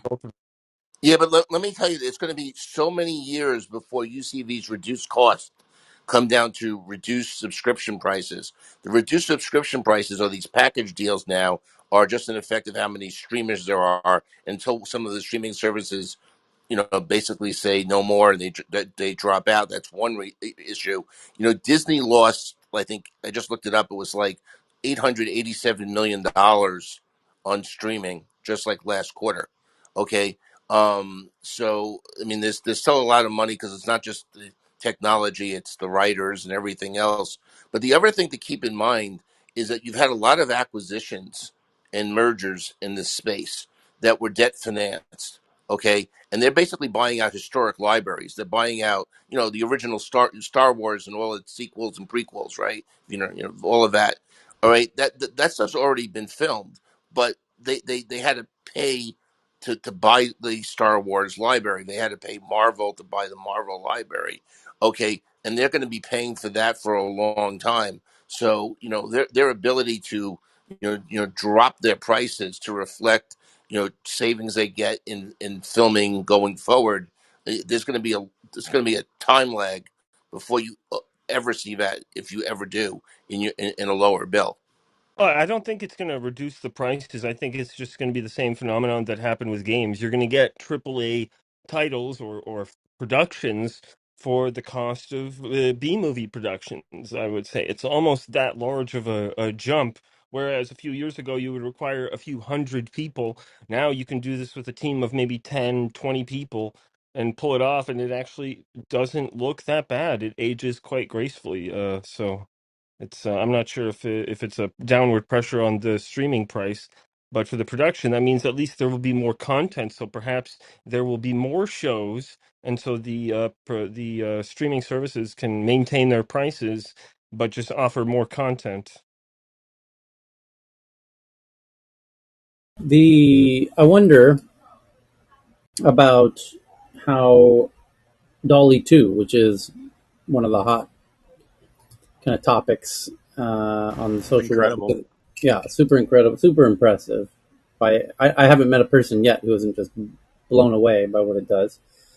And the question of how difficult would it be for Dolly to, rather than make an image, make a 30-second video. So make a video of Snoopy or Charlie Brown, or with a more modern SpongeBob riding a bicycle, Darth Vader, the Darth Vader riding a unicycle down, through Times Square. And it can make that image, as I just described it, incredibly convincingly today as an image. How far off is the technology of making a 30-second video clip of that? And now you've I got. don't think it's that far off, Tyler. I I don't think I it's that think that far off that's either. yeah. I don't think it's that far off. That said, though, there is a huge, and this is a conversation that's been going on for a long time. You think back to freaking Polar Express, and it's been the same conversation that we've been having, which is how do you get past well, there's a point in animation where all humanoid characters just look dead in the eyes and they don't look realistic. There's very few projects that actually that there's very few projects that actually get past that point, and it really requires the artistry of a human being, because only humans know the key detection points that really sell emotion, and that's really what the hard part is. Avatar broke that back in 2009. People believed that these were real, but even then those were alien versions of humans. When you start talking about actual humans, it is so damn hard to actually break through the valley and get people to just believe that you're looking at uh, a real person. And we see these technologies and we always say things like, "Oh my God, it looks so real! It looks so real! It looks so real!" But you still don't trust it. You still don't believe it. As it's sitting there talking to you, you know that it's not real, and that's why your brain is able to accept it. It's when you start trying to trust it and believe it and accept it that it becomes a problem. And as far as Dolly creating these little 30-second snippets, yeah, it's going to be used for sure to make all these really funny memes and all these really cool memes. but we're gonna know they're memes, and we're gonna be able to accept it because we're not trying to trust it and believe it. The second we start trying, though, is where I think it's going to fall apart, and we're not going to have a technology that, like I said, we've been fighting this particular problem for over a decade and trying to get believable doubles of human beings. You always know in the back of your brain, even if you're not in visual effects or animation, there's you see human movement every second of every day your entire fucking life. And so it's really, really hard to convince the subconscious of a human being that something they're seeing is actually happening and actually there. They can extend, we can extend our belief, our believability, and we can extend reality so that we can enjoy a movie. But to get us convinced that it's actually there, that's the really, really hard part. And that's the part that currently, everyone from scientists to animators to directors, especially guys who are obsessed with it, like James Cameron and whatnot, they're working as hard as they freaking can to crack this particular code. And it takes an insane amount of money to crack. So I believe you're correct, Tyler. Those 30-second memes are coming very, very soon. But will they be replacing like directors or actors on TV or anything like that anytime soon? Honestly, people can daydream and fantasize about it, but no, the artistry of human beings and what we actually look like, it's going to take, I honestly think, many more decades before we actually can approach that. Yeah, but I think there's also a bias that humans have a preference to human stories. We don't necessarily care about things that are not human centric. And so if something was created by a computer to some extent that removed the artistry, I think people would kind of hold back on that. It would be kind of almost too cold. But just as a quick note for everyone, if you PTR or pull to refresh and check out my profile picture, I put in the prompt that Tyler just spoke about a moment ago. It doesn't quite look like Darth Vader, but it kind of does if you squint your eyes, and it kind of looks like Times Square. So we're definitely getting there. Hey, but Mm. So Michael, very Michael, interesting point, Michael. Oh, sorry. Go ahead. I have a yeah, add on to what Michael, Michael said. how about Miyazaki Hayao? All his animations are able to catch people's heart, and people who watch it can cry too. Well, yeah, I mean, look at fucking Pixar. I'm not I'm not saying that we can't enjoy human stories attached to human like things or things with human emotions. What I was really getting around to is there's not going to be a digital Cheryl running around that people believe and trust. They'll believe it to the extent that they're extending their reality and belief, but they will not believe it just because, was my point. We're not at that point where we can convincingly create a Cheryl or a Tyler or a BB that is running around and people go, "Oh, there's Cheryl." No one's going to be doing that anytime soon. We're just not at a fidelity. We're not at a understanding of all the nuances. And there's other things. When you start getting really technical, if you'll allow me to talk super fucking nerdy for a second, the details in your pores, in your skin, and how those things stretch, and the eye lines and the creases that happen when you smile that are supposed to happen in your eyes when you're smiling honestly versus not smiling honestly. There are so many cues subconsciously that we pick up on as humans that have to be captured. And the reality is having a system, a GPU that can render all of those cues that close in real time, um it's just not realistic yet, and it won't be for a couple of decades. But yes, of course, you can attack, we're in caps, I mean, Pixar's whole their whole catalog is built on us extending our reality. I wasn't saying that. Okay. And Michael, I think Epic's metahuman. I'm sorry, Aram. I think you wanted to talk. Thank you, Dr. Fran. Just to add on to what Michael was saying, it's not about imitating the movement in the face or the body that convinces us who are watching that this person is real or alive. It's a innate response that is elicited in combination with our previous memory. So it's not like that we are just getting these visual signals internally. The brain is recognizing this eye movement as a live person's eye movement. It's much more complex how our brain works. And when we watch something or someone and determine whether this person is alive or dead, our brain at the same time, not only processing all this incoming signal, is also eliciting responses from the back of our memory, even from our childhood. So my hypothesis is if children from this age and this generation are exposed to, for example, robots, growing up, they will have those memories watching those robots and their face symmetry or responses to different things. And as adults, they may be able to integrate those robotic facial expressions as something real or as close to real, because they will elicit their childhood memory signaling along with the other parts of the brain that get activated every time we process any information. So perhaps 2 decades. It depends what the children are exposed when they are growing up. And as human beings, as of right now, we all interconnect with human facial expressions because of this innate signaling that happens. So it's very complex. It's not like just watching something and knowing it's real. It's about the emotional and other experiences that combine the human experience to make it real. Just on a quick note, the Uncanny Valley is one of those topics where, if you try to make humans really, really look like humans in the digital world and you mess up just a small part, kills the whole illusion. But if you have somebody like Davy Jones in Pirates, and it's not something where you're like, hey, that's not a human face because I see human faces all the time.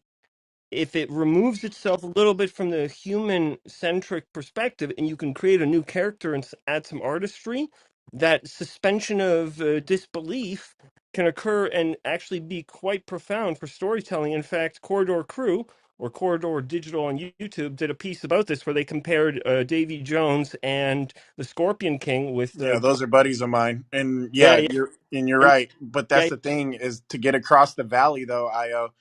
That's the thing is you again, we're adding a sense of fantasy to the character, which is why think about Davy Jones for a second. Our brains, we can interpret, yeah, this might be what that would look like, but it's not the same with a complete human being. The second we add something to it, it's a lot easier for our brain to accept it. But if it's just a plain old human, that's when it becomes a problem. But yeah, you're absolutely right. That's adding that fantasy element is it's very very helpful in getting across the valley. Yeah, but those two films were 5 years apart from each other. So in 5 years, how much the technology advanced was incredible. And in the last 2 years, we've seen a similar thing. So I think going forward, maybe the next 2 to 3 years, we'll see the next kind of leap. Even though I liked The Matrix with Unreal Engine, it still looked uncanny at some aspects. There was moments where, oh Very shit, much. right? So yeah. BB just shared with me in the back channel a link to something called COG Video, text to video generation. BB, can you share it at the top of the room? Yeah, yeah. I shared it to the Twitter account as well. And this is developed by a Chinese university. I think a Chinese. I haven't read thoroughly because this is shared by Chris. Because it's lately we're trying both the DALI and there's another one called the Mid Journey. And this one is particularly interesting because it's text to video. And if you can, I already shared it in the chat room, so you can go to the link, copy it, and paste it to your browser. Then you can go to directly, because this page is not original generator page, because it's in simplified Chinese input only. So this page shows you the result of it. So if you can access this page, then I mean it's under GitHub, so you can see all the results. So first one is a man is skiing. Then you can see the man from it's a snow mountain, and it's from like maybe 30 meters away, then 25. it's getting closer to you. Then another one is a woman is running on the beach in the late afternoon, and you can click on it, then it will bring you a high resolution result. You can see now because and the, all the men, I mean the human beings are it, I mean the features now AI we think it's deliberately sabotaged to not to make it as real as possible. But the other figure, you can see the lions, the details are vivid. So the there's one is a lion is drinking water, and from the left to right, you can see the lion holding a glass of water. Then is slowly to get closer to its mouth. But right now, because it's a simply simplified Chinese support only, so if you understand how to translate, use some Google, you can test it on that website as well. So I mean, because we just discussed how DALI were involved to a degree that it will generate perfect uh, text to video directly result. But I'm just want to share this side because now China has already uh, developed some, I would say, very amazing result from this.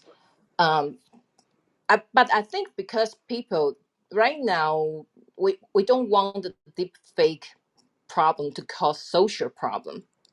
So the face normally we'll see it's not a perfect shape, but the body or other features is perfect in that result. So for your reference, that's all. Okay, so the point I want to make with it is it gives one, two, three, four, five, six examples, and in the examples, they do look slightly. They look like Disney characters, actually, very much like Disney characters. And one of the examples, the text input is a man skiing, and it looks like a fucking video of a guy skiing. And then the next one is a woman is running on the beach in the late afternoon, and it looks like a Disney animation of a girl running on a beach in the late afternoon. And then the next is a couple are having dinner, and you can imagine what that video looks like. A lion drinking water, and it shows a lion drinking water, and then a girl dancing in anime. She looks much more like a Japanese anime girl dancing, but it's very convincing, and it looks like this meme generation kind of thing. So this is closer than even Michael or I imagined, and in some capacity, it's already here. So then, how to then? I think a natural extension of this technology will be um, consistent character in from. For example, if you imagine that these characters are reusable, and then you tell this app, okay, use the same lion that's drinking the water, and now have him do this. And each of these little 30-second videos becomes, storyboard scenes or shots that you could then stitch together into much longer sequences. So you could make a 20-minute sequence of directed. You become the director. The character is generated, and then the actions, the motions of the character are generated. Now you're the next Martin Scorsese in a very cheesy capacity, but nonetheless, you'll be able to make 20-minute short form and potentially longer 90-minute short form, long form video content that, of course, will suck tremendously initially, but might be campy and kitschy, but eventually will become very entertaining in some capacity. That's Well, that, we're already doing that, Tyler. And that in itself will definitely happen 1,000% because that's been happening. We were doing that back in the second they started making user creatable content on video games. That started happening. I think the most oh, right, obvious right, right. Yeah. you look at like Grand Theft Auto 5 as an example. There are full on TV shows that are just full on YouTube. You can go on YouTube right now and put in Grand Theft Auto 5 role play story. Right. Hundreds of thousands of these shows will pop up, and a lot of them are even, in fact, really, really good and really funny. For what, and here's the key: for what they are. Right. Io was mentioning actually. He mentioned Corridor Digital. Those buddies of mine who have a really great YouTube channel. The studio that I was thinking to buy to create my virtual wall by volume is actually right across the street from their studio. um and by street I mean alley. And that's actually a thing that it's funny because those guys are the top of the top for visual effects on YouTube. And you'll hear people all the time, wow, this is so believable, this is better than Hollywood. They say stuff like that, that's better than Hollywood. Or you'll go on TikTok and there'll be TikTokers who create little visual effects of like an apple floating across. Wow, that's better than Hollywood, you're showing Hollywood how it's done. It's like for these people watching this on these platforms in the moment, sure, that seems like it's really well done. But the reality is, you throw that in the middle of an Avengers film and it completely falls apart. And the context is so important to understand. Yes, these things will be able to generate shows, they'll be able to generate really funny, entertaining, and even seasons of shows. However, they will not be a replacement for actual human stories directed by actual human beings and telling and even in the writing. We've done these experiments where we've used AI to write stories of write out full scripts, and then we'll film them. Even using AI to do the filming of the script written by another AI, and it's always very entertaining, but never is it something that you can throw in a theater for actual profit. Right. Yeah, I've seen YouTube videos that were AI generated scripts, um, which were quite interesting, and they're willingly whatever the AI spits out, they go film it. Whatever is kind of interesting. Let's get back into these tweets because they're not going to read themselves, unfortunately, until we get a little further down the technological road. One that I have here is Pat shared one about a new luxury camper that is solar powered, and also they're branding it as being self-sustainable because it pulls drinkable water from the air, which that's easy peasy. You go down to your local Costco and you can buy a atmospheric air water generator, which is kind of like a specialized air conditioner, but it's not optimized to cool the room. It's optimized to suck and convert humid air into water. A lot of air conditioners may output a lot of water anyways as a byproduct. This kind of is a specialized version of that, and it generates a considerable amount of water. And anyone can buy an atmospheric air generator, water generator, for about $1,000, and it'll provide you with plenty of water. And so you put that inside of one. I mean, yeah, it could be solar powered, and this is a solar powered trailer that has batteries and also has an atmospheric water generator. Okay, great. So now the next thing you need is a satellite internet connection, which is obviously also solar powered. And now you've got connection and water and energy anywhere. The only thing you're missing is food, by the way, and a toilet, although if you park it in the right place, you probably don't need that. So they call it Living Vehicle.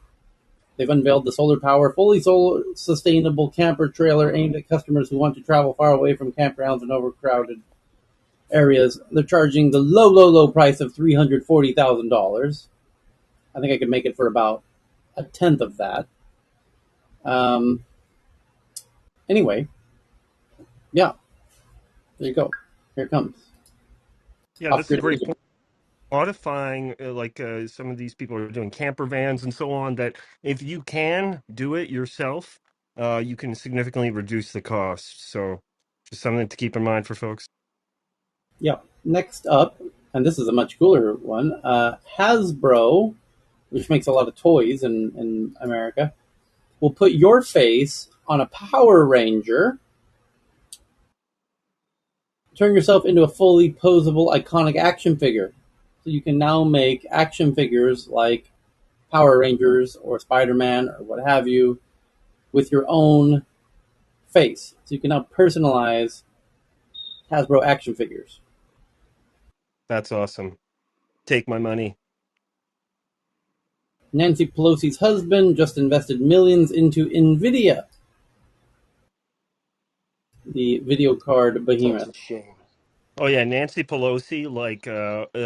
I watched like an analysis of her trading and so on, and it was she's an older lady, but she's still an OG trader. She sold it at the high and bought at the dip, and it was just impressive to see. So whoever is managing her money or the team that she has is just phenomenal. It's more about Nobody in government should be allowed political insights. Yeah, that. she knows the policy maneuvers coming down the road before the rest of us do. So And trading. have you ever looked at Quiver Quant? It shows you all the politicians' trading strategies. You can literally go in and look at it. What is that called again? Quiver Quant. And What a name. anyway, so she's betting now millions on Nvidia, and they do have incredibly cool shit coming down the pipeline themselves. Nvidia does. They're one of the main content contributors to my event this September, and they're Yes. showcasing some really cool stuff. I would look. I would look at any military deals that are tied to it. Okay, an alcohol study funded by Bill and Melinda Gates Foundation finds that 77% of people who drink harmful amounts of alcohol were men. Duh. Okay, and the next is from the New York Times. Crypto mining capacity in the United States rivals energy use of Houston, Texas. And Jeff G found one from CNN that Europe braces for a potential gas crisis as historic heat wave boosts demand. Europe is bracing for the potential of a full-blown gas crisis later this week, just as a historic heat wave has hiked demand for energy to help cool the continent. Tyler, Tyler? can I make a brief comment on the alcohol tweet? Okay. An observational studies results came out today, and it links that even small amounts of alcohol consumption reduces cognitive capabilities and decline your brain functions. So, cause of concern for those of us who think, not us, I mean, people who think that it's completely benign and just, fun time and relaxing. It's alcohol actually kills brain cells and reduces, cognition. Alcohol always was a challenging drug. Nobody wants to call it a drug, but it just has such a strong lobby that it's been able to always proliferate. I'm not into banning it, but it's very interesting that it causes probably more harm to many societies than some of these other things that are actually banned. May I make two quick Agreed. And comments? according to this study, the collection of iron inside the neurocyte is the reason, along with other things. So, if we can evidence base, we can share evidence based knowledge, it may help people understand the pathology behind the damage. Dan, you want to comment? Yes, two quick comments. One on alcohol. It is a drug and it's damaging, it's harmful.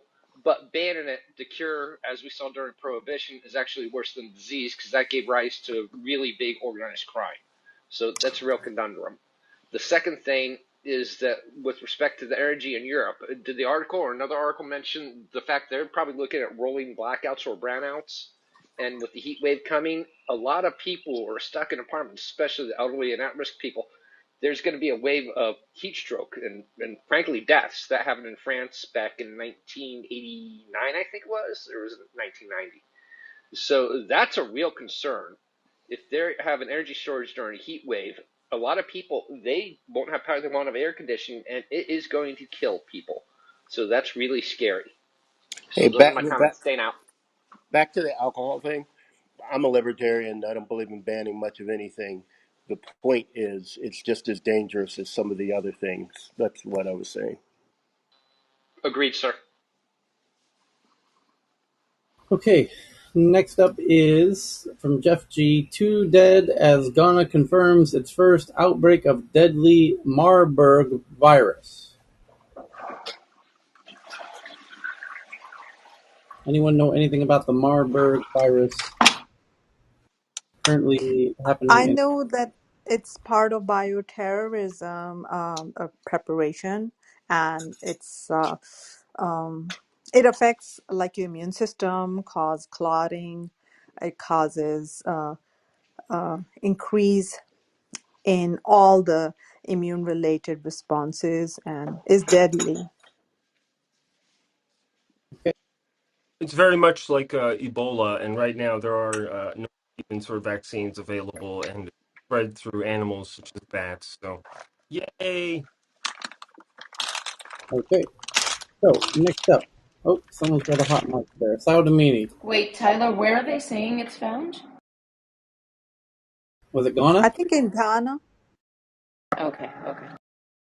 So the next tweet I have is from Pat from the Times UK. Zero emission flying taxis will get early test on Heathrow route. Trials for zero emission flying taxis traveling from city centres around the country to international airports are to begin in Britain within 2 years. Flying taxis in 2 years. Shanghai That's plans awesome. World, here we come. Yeah, Shanghai plans Korea will to probably launch before that, actually. Shanghai plans to cultivate a $52 billion metaverse industry in the next 3 years.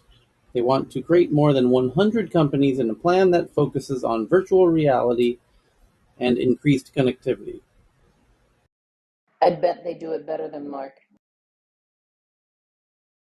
Uh, Jeff G just found one from Gizmodo, which is a tech blog, about shocking photos show Lake Mead's historically low water levels. Thanks to drought and water overuse, the reservoir has reached some of the lowest levels in its 80-year existence. And indeed, the cover photo should scare the shit out of everybody and force you to consider securing your own water supply if you live in the southwestern America,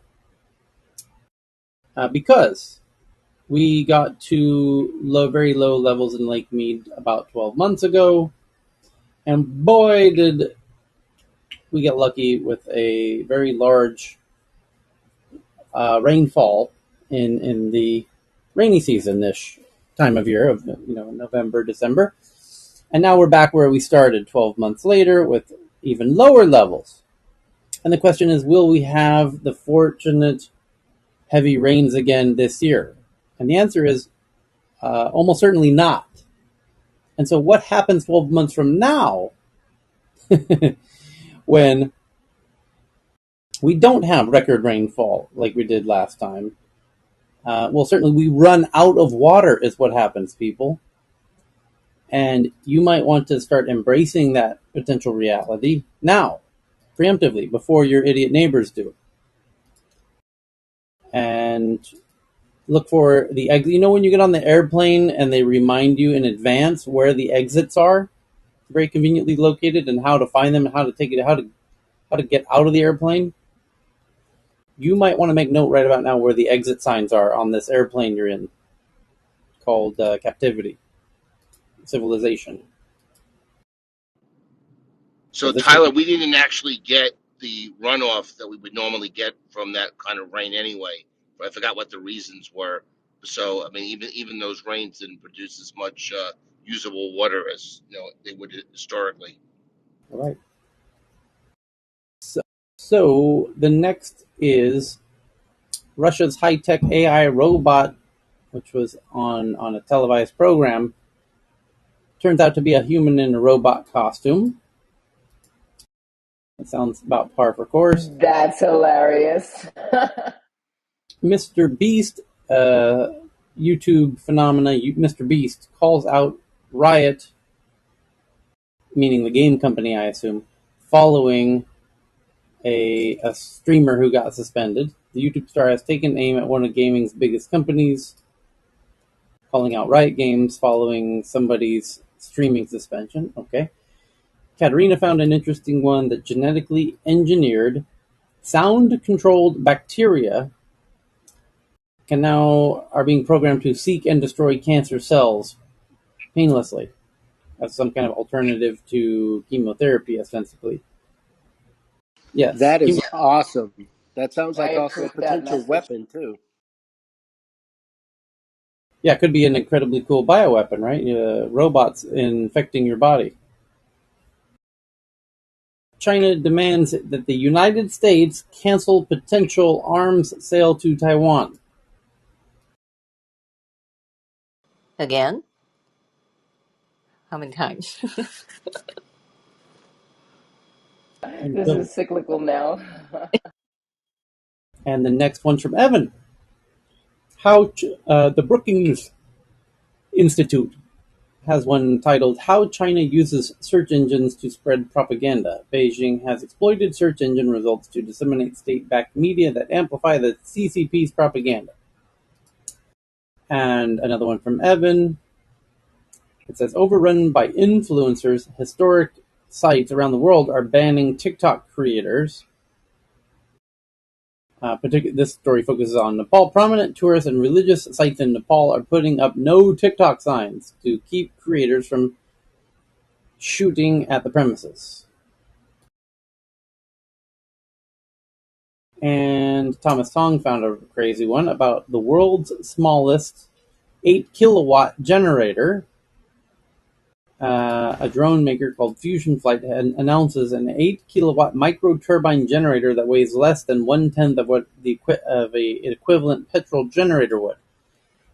Ben and I know what that means, and you should too. This should be of interest to everybody. It's because it's related to the water story of significant droughts as much of the world becomes unstable with regard to energy and water. You are probably going to want to be getting a generator in your near future so that you have energy, your own energy, and with that energy, you can make your own water. Of course, you could have solar powered water, but nice to have a backup plan that's not solar in case of rainy days or whatnot, cloudy days. So this 8 kilowatt generator looks like the size of what? I just retweeted it. Looks like a strange suitcase, I guess. And normally an 8 kilowatt generator would be way too big for somebody to move by themselves. In fact, it would be almost too much for two people to move. I use 5 kilowatt generators, and even that's difficult for two people to move. This is an 8 kilowatt generator, and 8 kilowatts is 8,000 watts per hour. That's enough to power a home very comfortably, incredibly comfortably. A very large home, by the way. I wonder what innovation is. Is it just like that they're using gallium nitride or silicon carbide, or like I'm curious what the Yeah. But I love tricks how are. portable this thing looks in the photo. And they're calling it a micro turbine generator. It puts out 8 kilowatts. That's all you need for your very luxurious home. And it's very, very, very portable. That thing is beautiful. And the beauty of a portable generator is if something's wrong with it, you can go get it repaired. And if it's not easy to move, it becomes incredibly burdensome to get in your car. This thing would easily fit in anybody's car, very easily, in the front seat, let alone in the trunk, let alone in the back seat. So, um, 5 kilowatt generators, even 3 kilowatt generators are generally you can't put in a car, and this one you very, very, very easily could. So, very cool innovation indeed. Thank you for that one, Thomas. The next is also from Thomas from TechCrunch. That Instagram's new payments feature lets users buy products on Instagrams via the DMs. So here it comes. The race towards the super app. Because once you add the payments to the social media apps, if you do it correctly, you can then take over e-commerce through social commerce, as happened in China already. The question is, who will do it best and first and fastest and easiest? And the next is from Eric. The death toll from the brutal heat wave in the EU tops over 1,000 casualties in Spain and Portugal, as they get over 40 degrees again, as they just did last year.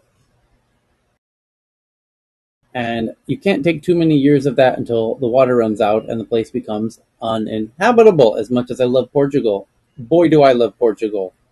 Holy moly, do I love Portugal. I could live there in a heartbeat. My God, would I love to live in Portugal. However, I can connect the dots going forward, and I can easily conclude that Portugal's not going to be a fun place to be living in the near future. So that prohibits me from moving to Portugal, in fact. So that's just an unfortunate reality. However, I'm living somewhere that's getting record rainfalls every year, more and more rainfall every year. Ridiculous amounts of biblical rainfall every year now. That's a much better position to be in. And because of the cloudiness that kind of goes along with that rainfall, it's actually getting cooler here by the feel of it. How is that impacting crops, though, Tyler? You as a farmer focus on crops that benefit from more rainfall, like rice, rather than say sugarcane, to take advantage of the change in the precipitation, which different crops benefit from different levels of rain, and you're gonna, as a farmer, choose crops on your land that benefit and take advantage of the extra rainfall. Like banana trees love rain, by the way. So, I mean, you farmers do this all the time, anyways. Each year, they kind of plan out how they think what the rainfall is going to be, what the wind's going to be, and and choose their crops accordingly. So that's it's just now they're accommodating for very, very, very heavy rainfalls. It means less crops that don't like rain is the downside, I guess. But it means more crops that do like rain. But generally, that's a great problem to have. Normally, you're worried, of getting the required rain for the crops, and now that's you're having the opposite problem, which is a luxury problem to have generally from a Yeah, farmer. and biotech offers a solution that, hey, if you do have a crop that doesn't tolerate high levels of rain, well, maybe there's a way to modify that. And so I think there's a lot of potential there. I know there's a startup here out of Canada that modified some crops to actually be able to grow in seawater as opposed to freshwater. So the kind of tech that's around the corner is just truly next level. Yeah, there are some plants and trees that do well in saltwater. Coconut trees, notably, are kind of have no problem with saltwater. Sea oaks. I have a lot of plants and trees that grow on my property at the ocean level, and when the waves come up in December, and they are underwater for part of December, they have no problem, or they wouldn't be there. And people are starting to genetically modify crops to be withstand salt water, which is brilliant, because then you could start taking advantage of that and growing things in salt water. Anyway, the death toll is racking up yet again in Spain and Portugal. That's unfortunate. So the next one is from Saudamini. Vladimir Putin signs a law that bans crypto use for digital payments. The amended law arrives nearly 7 months after Russia and the central bank called for a ban of mining crypto, and now they're banning the use of crypto, which usually precludes or is a preamble to another plan that they might be rolling out with their own state-driven crypto ambitions, no doubt. India did similar things, by the way. So the GM CEO of General Motors predicts to sell more electric vehicles than Tesla in the US by the end of the decade. Oh, 8 years from now? Right on track. They sold 25,000 EVs last year, which is 1/10 of what Tesla sold. Tesla sold more than 900,000 last year. But if they don't get their software aspect, I think Tesla offers the over-the-air updates and all that stuff, which usually, hey, to get your car updated, you have to bring it into the dealership and then so on and so forth. Whereas I think this kind of really streamlined the process. So it's going to be hard, I think, for GM to catch up to that software advantage. Software definitely eating the world. Well, let's ponder this question: would GM even be making EVs had Tesla not come out with EVs at the time when GM, those motherfuckers, were recalling and destroying the EV1s? Did people forget about this recent tragedy in recent history? GM even predated Tesla on electric vehicles. It was called the EV1. There's a movie about it called Who Killed the Electric Car, where EV1 owners were so enthusiastic about this car that you couldn't pry it from their cold dead hands, and GM did exactly that, forced them to give back their cars. And then what do you assume General Motors did with those cars? Drove them into the desert and crushed them. Why? General Motors killed the electric car when people were super enthusiastic about it, which led some dude named Elon Muskie to consider maybe somebody should address that market. Because Hey, those, Tyler. yeah. By the Tyler, way, isn't that if you electric watch car? that movie, one second, Jennifer, I'll hand it right to you. The owners of those EV1s went out and held a candlelit vigil for their lost loved cars at the death of those cars. And Elon saw that and thought, you know what? Those people really like those cars. I'll bet they would love to have another EV. I think I'll make a company about that. And so my question is, who the fuck cares if GM? What are we to assume that GM would even be making EVs if Tesla hadn't put them in a position to force them out of business if they didn't? Go ahead, Jennifer. Yeah, that Who Killed the Electric Car actually pointed the finger at five different things. They said it was basically everybody's fault. There may have been a small cohort of diehard users, but there wasn't enough public pull. There was bad marketing. There was not government funding, and the car companies, and I forget who the fifth. So they basically said it was everybody. This isn't just one entity's fault. But you're right, and I mean, I think GM, similar to when Firestone pulled up the tracks in San Diego, so that you had to buy tires and couldn't go on trolleys Los Angeles. anymore. Now hold on. Let's Yeah, get the details straight. The details matter on this. It was Los Angeles. It was General Motors yet again who asphalted over all of the train tracks in Los Angeles. Which, by the way, history repeats itself. What a beautiful example, Jennifer. In my own backyard, where I lived in downtown Los Angeles when I moved to LA and Santa Monica, there was a train track that went from downtown Los Angeles to the beach in Santa Monica. And there was a train there in the turn of the century.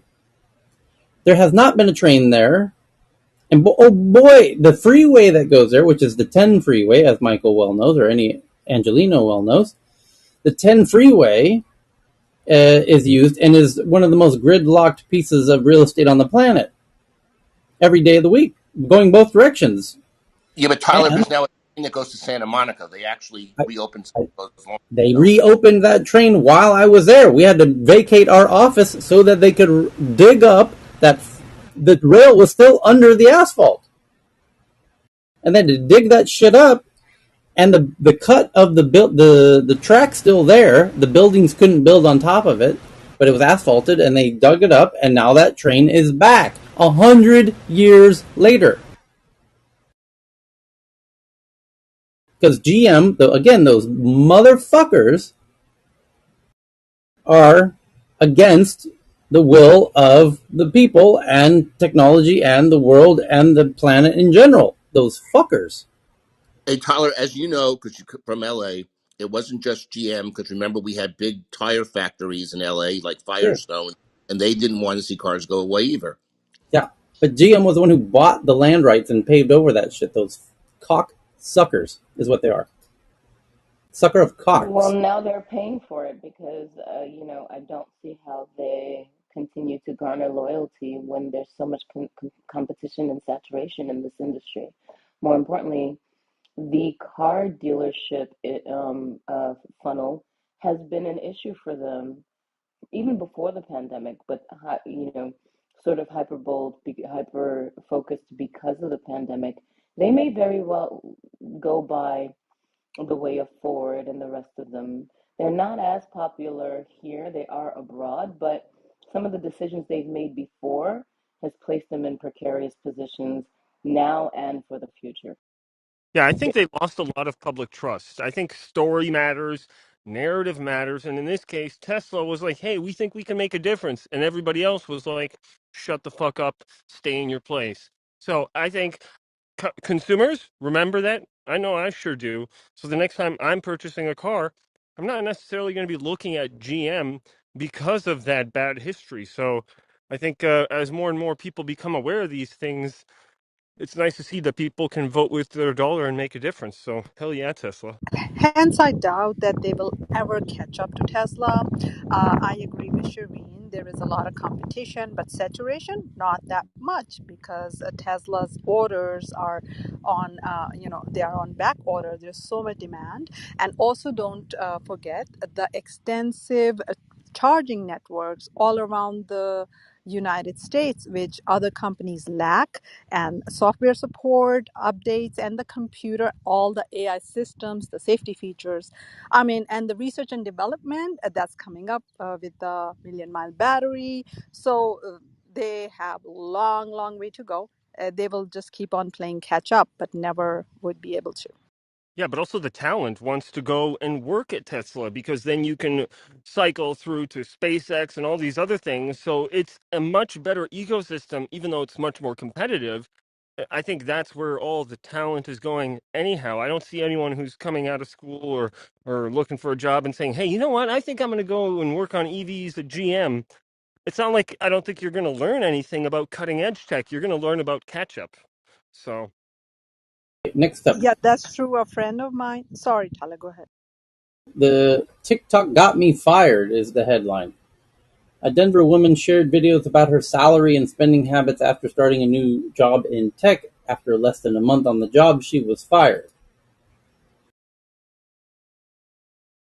She says she was fired It's It's not not Now I wonder what she was TikTok's buying. fault. Why? Make this plain for me. It's TikTok's fault. Why? because of the content of her videos. The woman in Denver took to TikTok to share her $20,000 pay increase at a new job working at a tech company, but she says she was ultimately fired after the company found her videos. In June, Lexi Larson,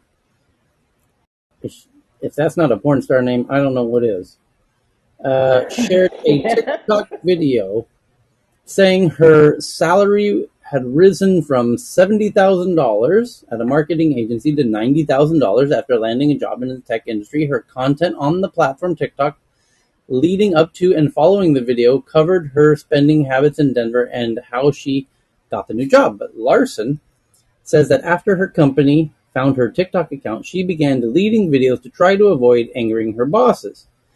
She was aware her right to discuss her salary was federally protected by the National Labor Relations Act, but still decided to take them down, USA Today reports. Eventually, her supervisor discussed the TikTok account with her. The company, quote, really did not like her videos sharing her salary, Larson said in a video.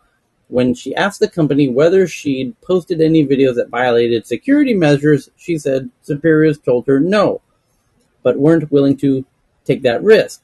Quote, TikTok cost me my job, Larson said in the same video announcing her termination. What? this sounds like weird that a company would fire somebody for disclosing their salary. In Canada, most companies here, like at least to some extent, try to disclose employee salaries to avoid these kind of issues.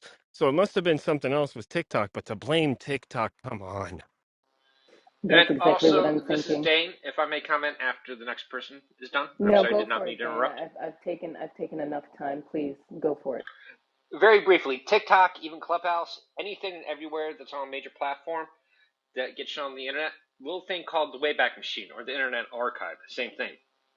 Anything you put out there, people, is out there forever. If you delete it, you can go to the Wayback Machine and find it. So just remember, your digital presence is basically immortal. It's forever. Anything you put out there, it's been scraped, it's been archived, it's been recorded. So just be careful about those things. It's not TikTok's fault, because if you took it down from TikTok, well, maybe the 3-day old TikTok archive on the Go Back machine had it.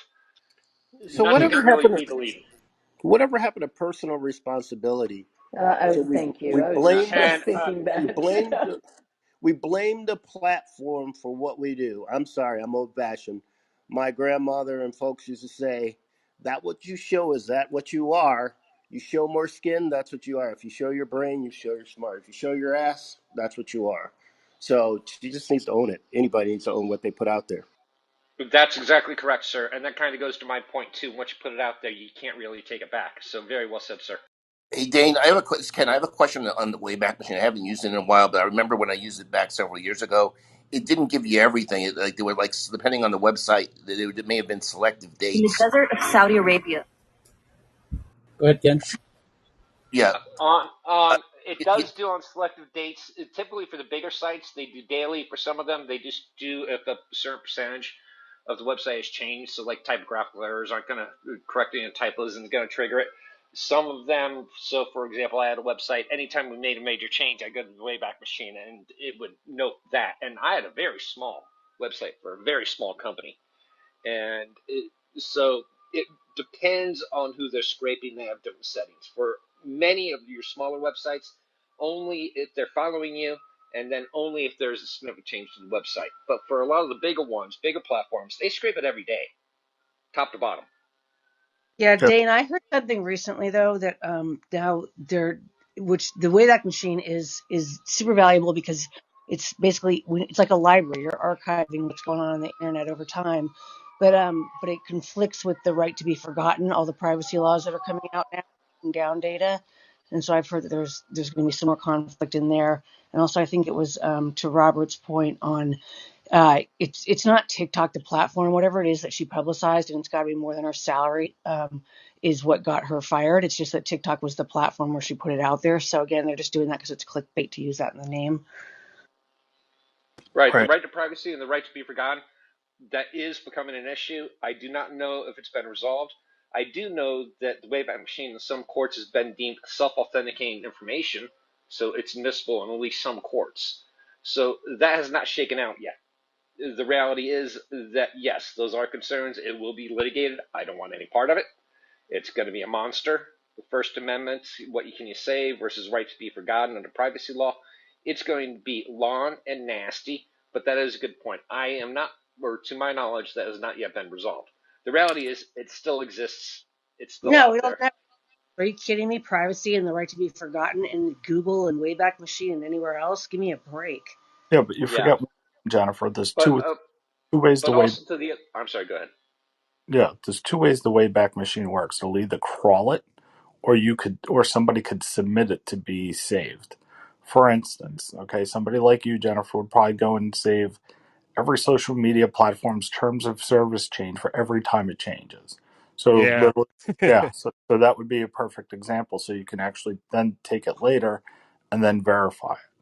And that's the way the hackers have also been using it. So if you post something and you need to archive it, you take the URL of it and you post it to save in the Wayback Machine, and then it'll start crawling and archiving every time.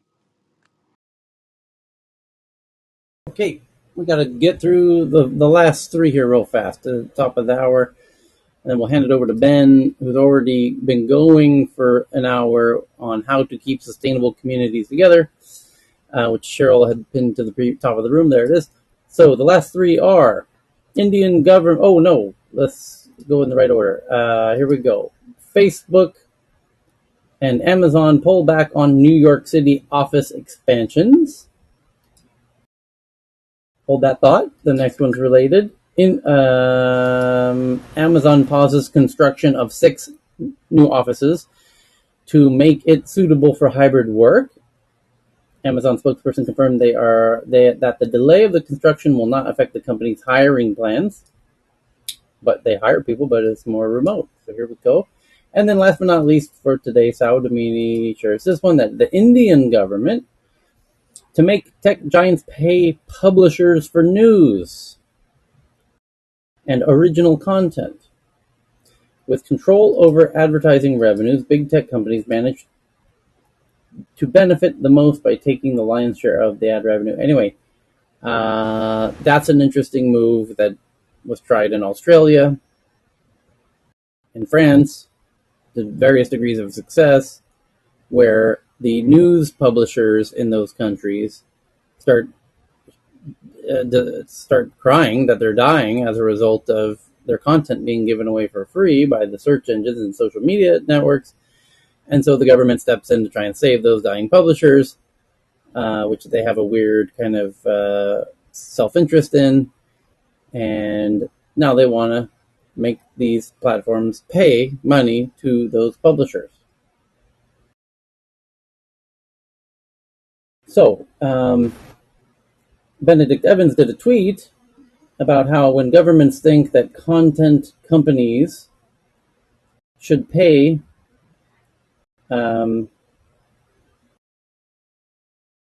anyway, it's just a weird one that the world's going to have to work out. And a part of it, of course, is the fact that those big companies are not Indian; they're American, and etc. And anyway, so that's why that shit doesn't happen in America. But anyway, we'll hold it there because we're at the top of the hour again. 3 hours today. Thank you, everybody. And Ben's got the sustainability room going. It's pinned to the top of the room. And we'll see y'all manana. Thank you very much.